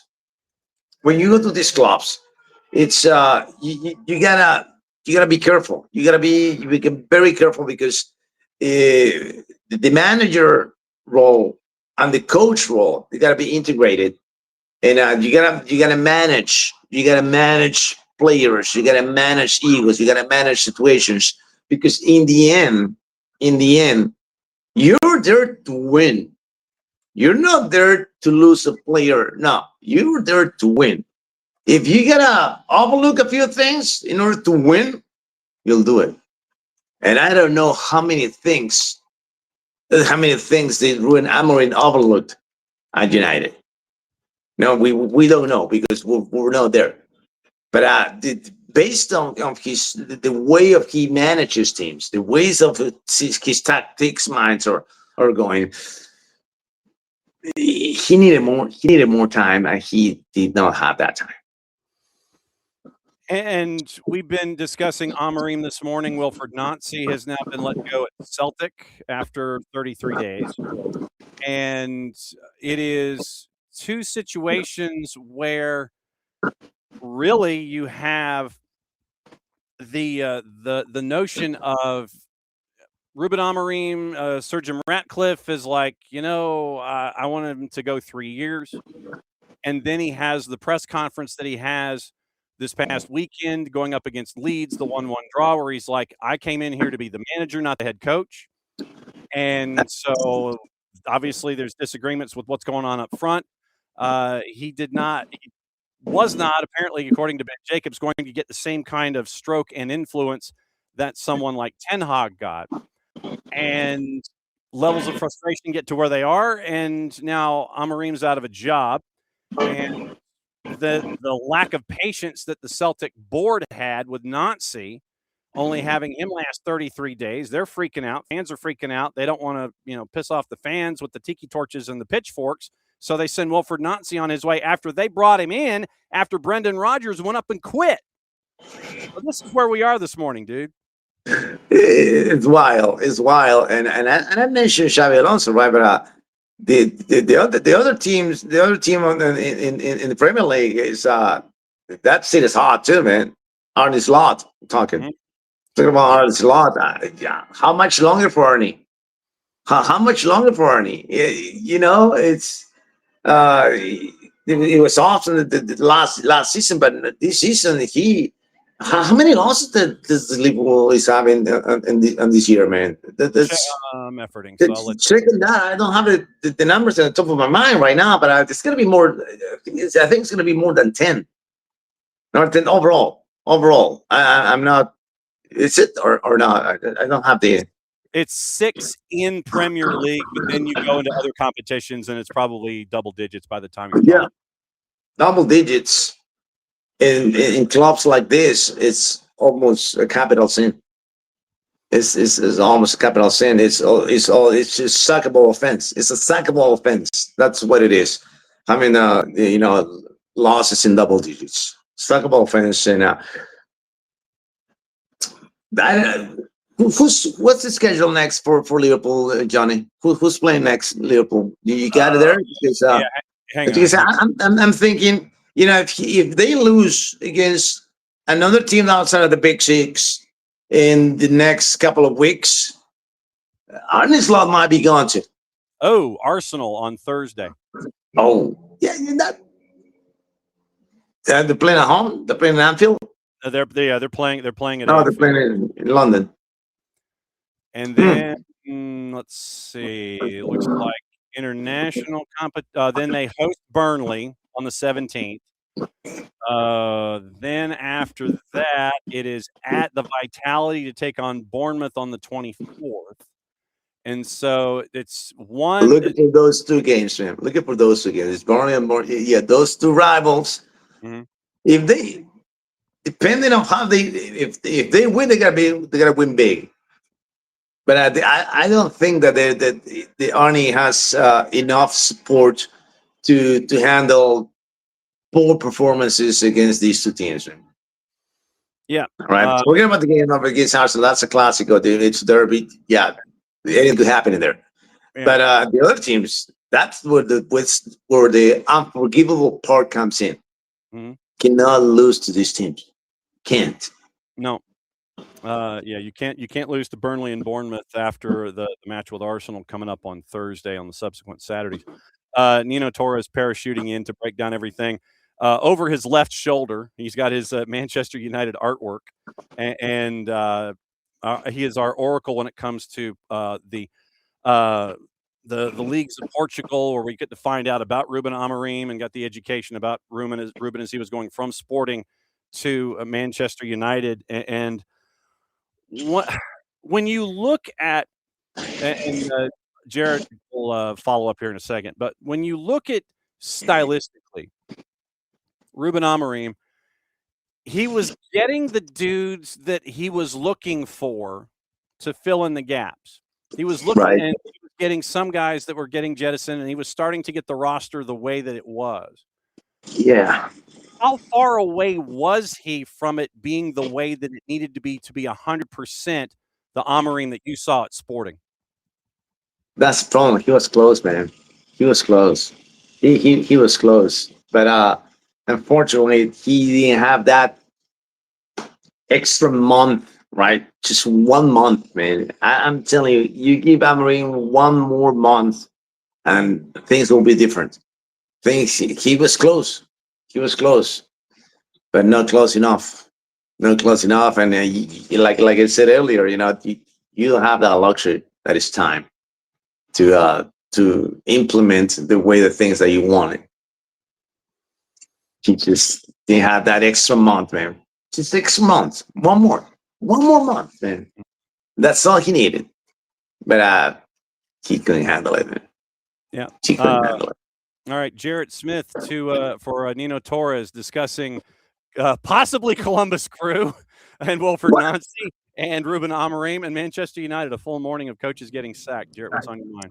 Oh, I've complained enough about the board at Celtic and what they have done with their philosophy and shifts. My question is honestly for Man U is like, what do you do now? Philosophically, if you're Manchester, what do you do now? Like, where do you go find a guy to get this across the line who could then implement something in the offseason that you could use as a long-term plan? It's a good question, man. It's like I got some forces now, man. Where do we go now? Where do we go? You can play that song and in Manchester now. The problem is that there's not a single name that has been leaked yet, right? Because nothing. So, do you got an interim coach now, and then up until when? Up until when is that interim coach is going to take over?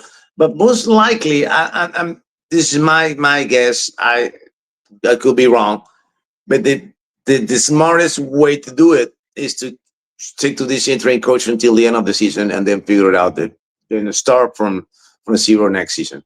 That's my point of view. I don't necessarily going to be right on this one or on the same page as the guys in Manchester United home office, front office.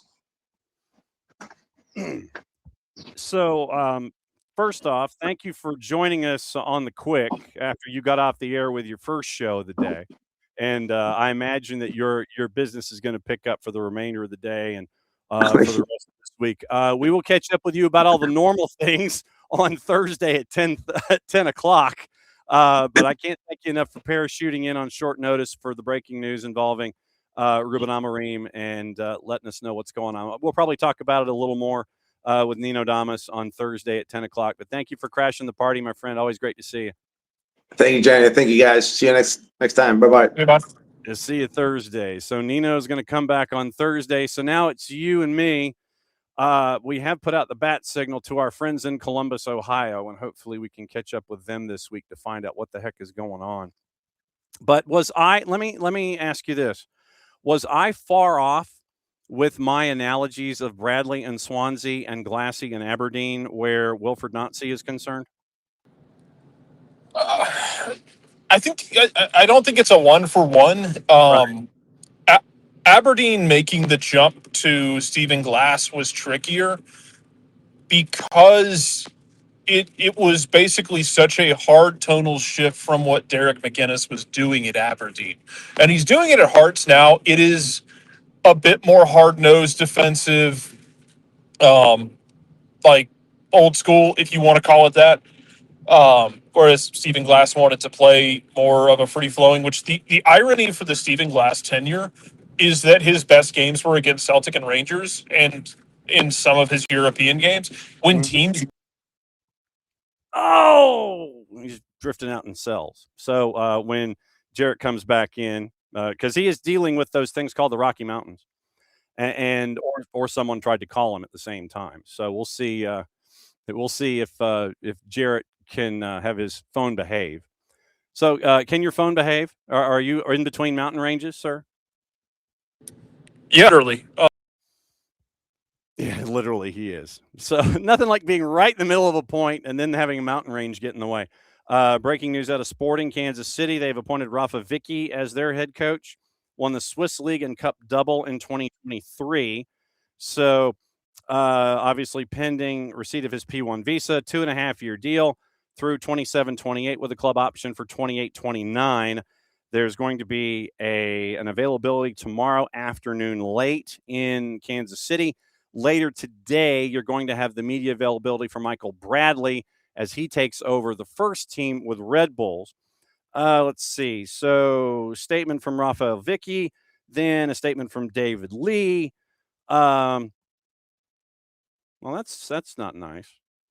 So apparently the studio is being moody. The studio's like, you've been at it for 2 hours. You've been at it for 2 hours. You've been talking the same stuff. All right, so let me get back to Rafa Vicky here really quickly. David Lee with a quote from as a president of soccer operations and GM. Most recently at the helm of Young Boys from 22 to 24. Got them to win the Super League and the Cup double in his native Switzerland. 51, 17, and 20, averaging 2.19 goals per match, appointed back in 22. And that started his tenure there. Let's see, goes through his entire career, but it looks like Raphael Vicky is going to be the new head coach at Sporting. So we'll keep an eye, Sporting Kansas City. So we'll keep an eye on what is going on.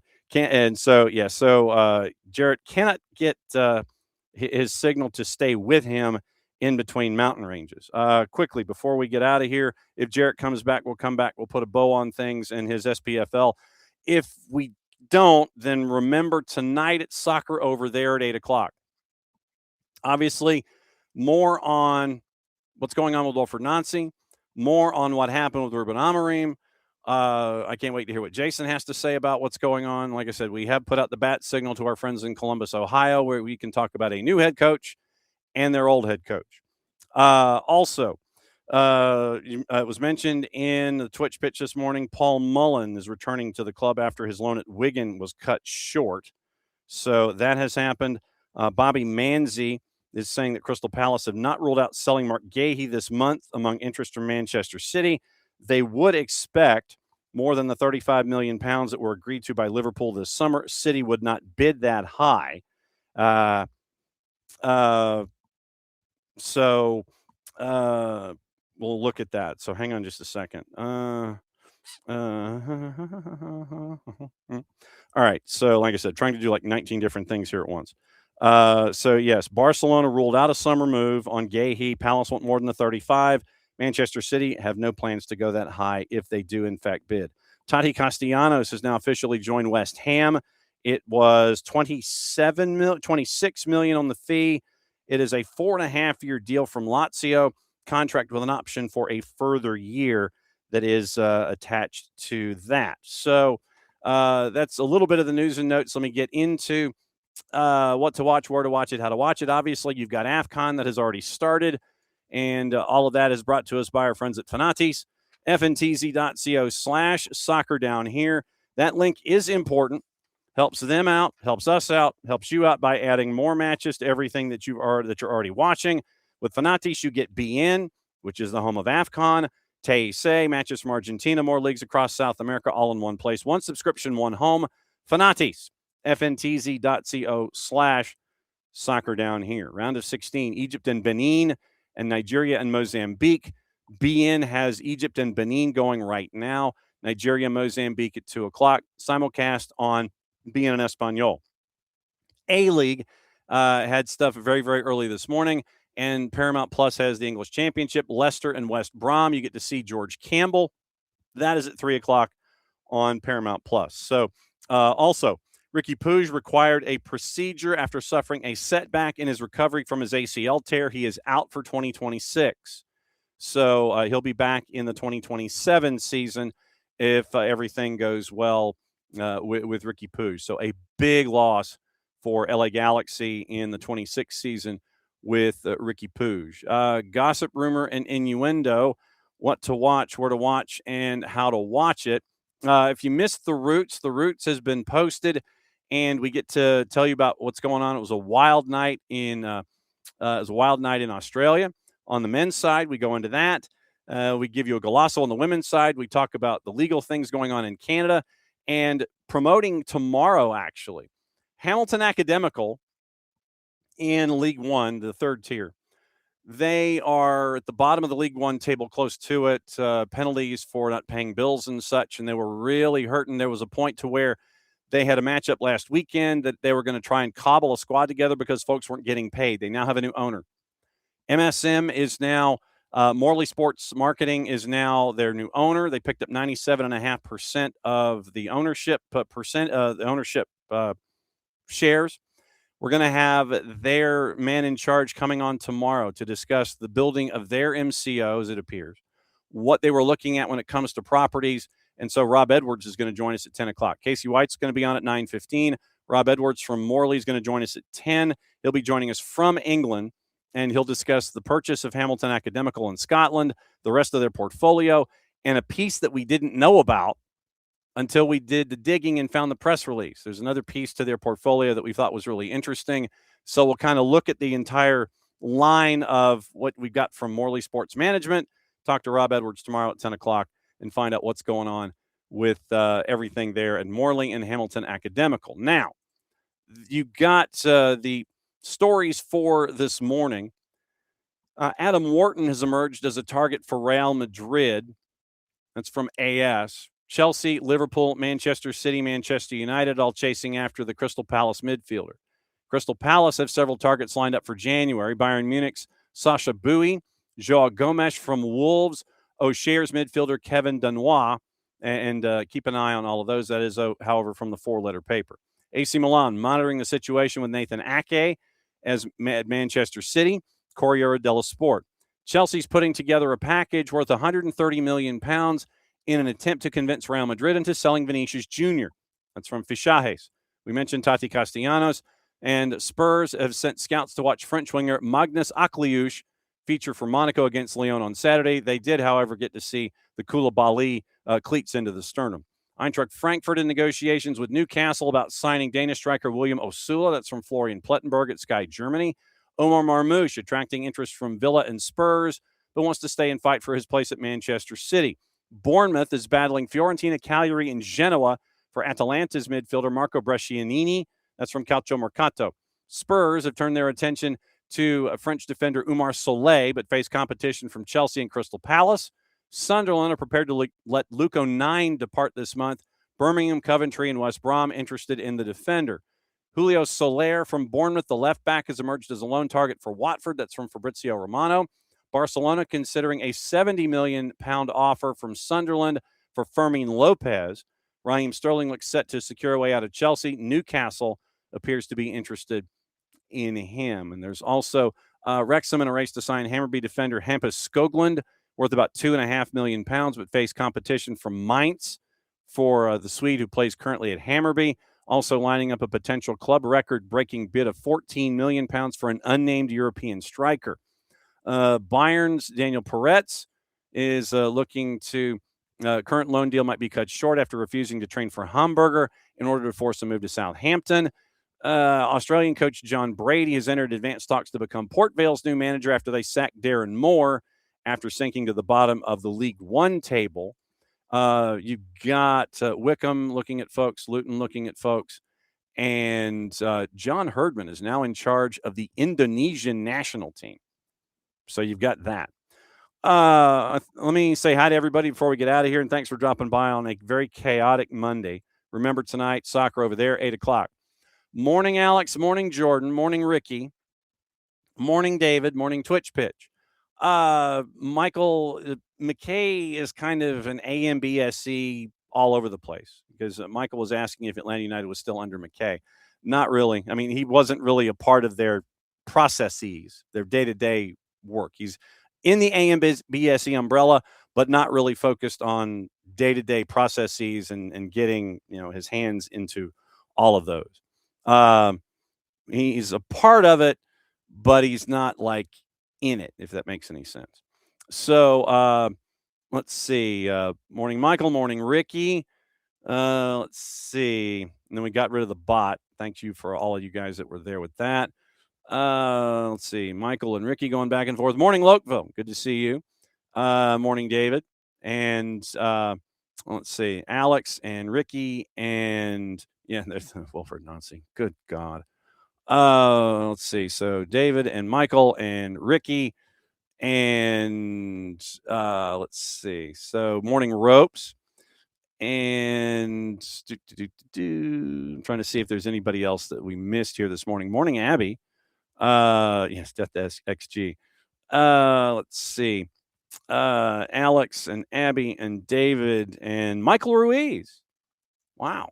Good to see you, Michael. Good to have you back in. So, yeah, that was the chaos of this morning. So, once again, remember, tonight, 8 o'clock, soccer over there. We'll talk Amorim. We'll talk Nancy. We'll have picks of the week. We got all the things, and I can't wait for Jason to let us know what he thinks about what's going on with our friends at Celtic. So, thanks to Jarrett. Thanks to Nino. Thanks to Bart.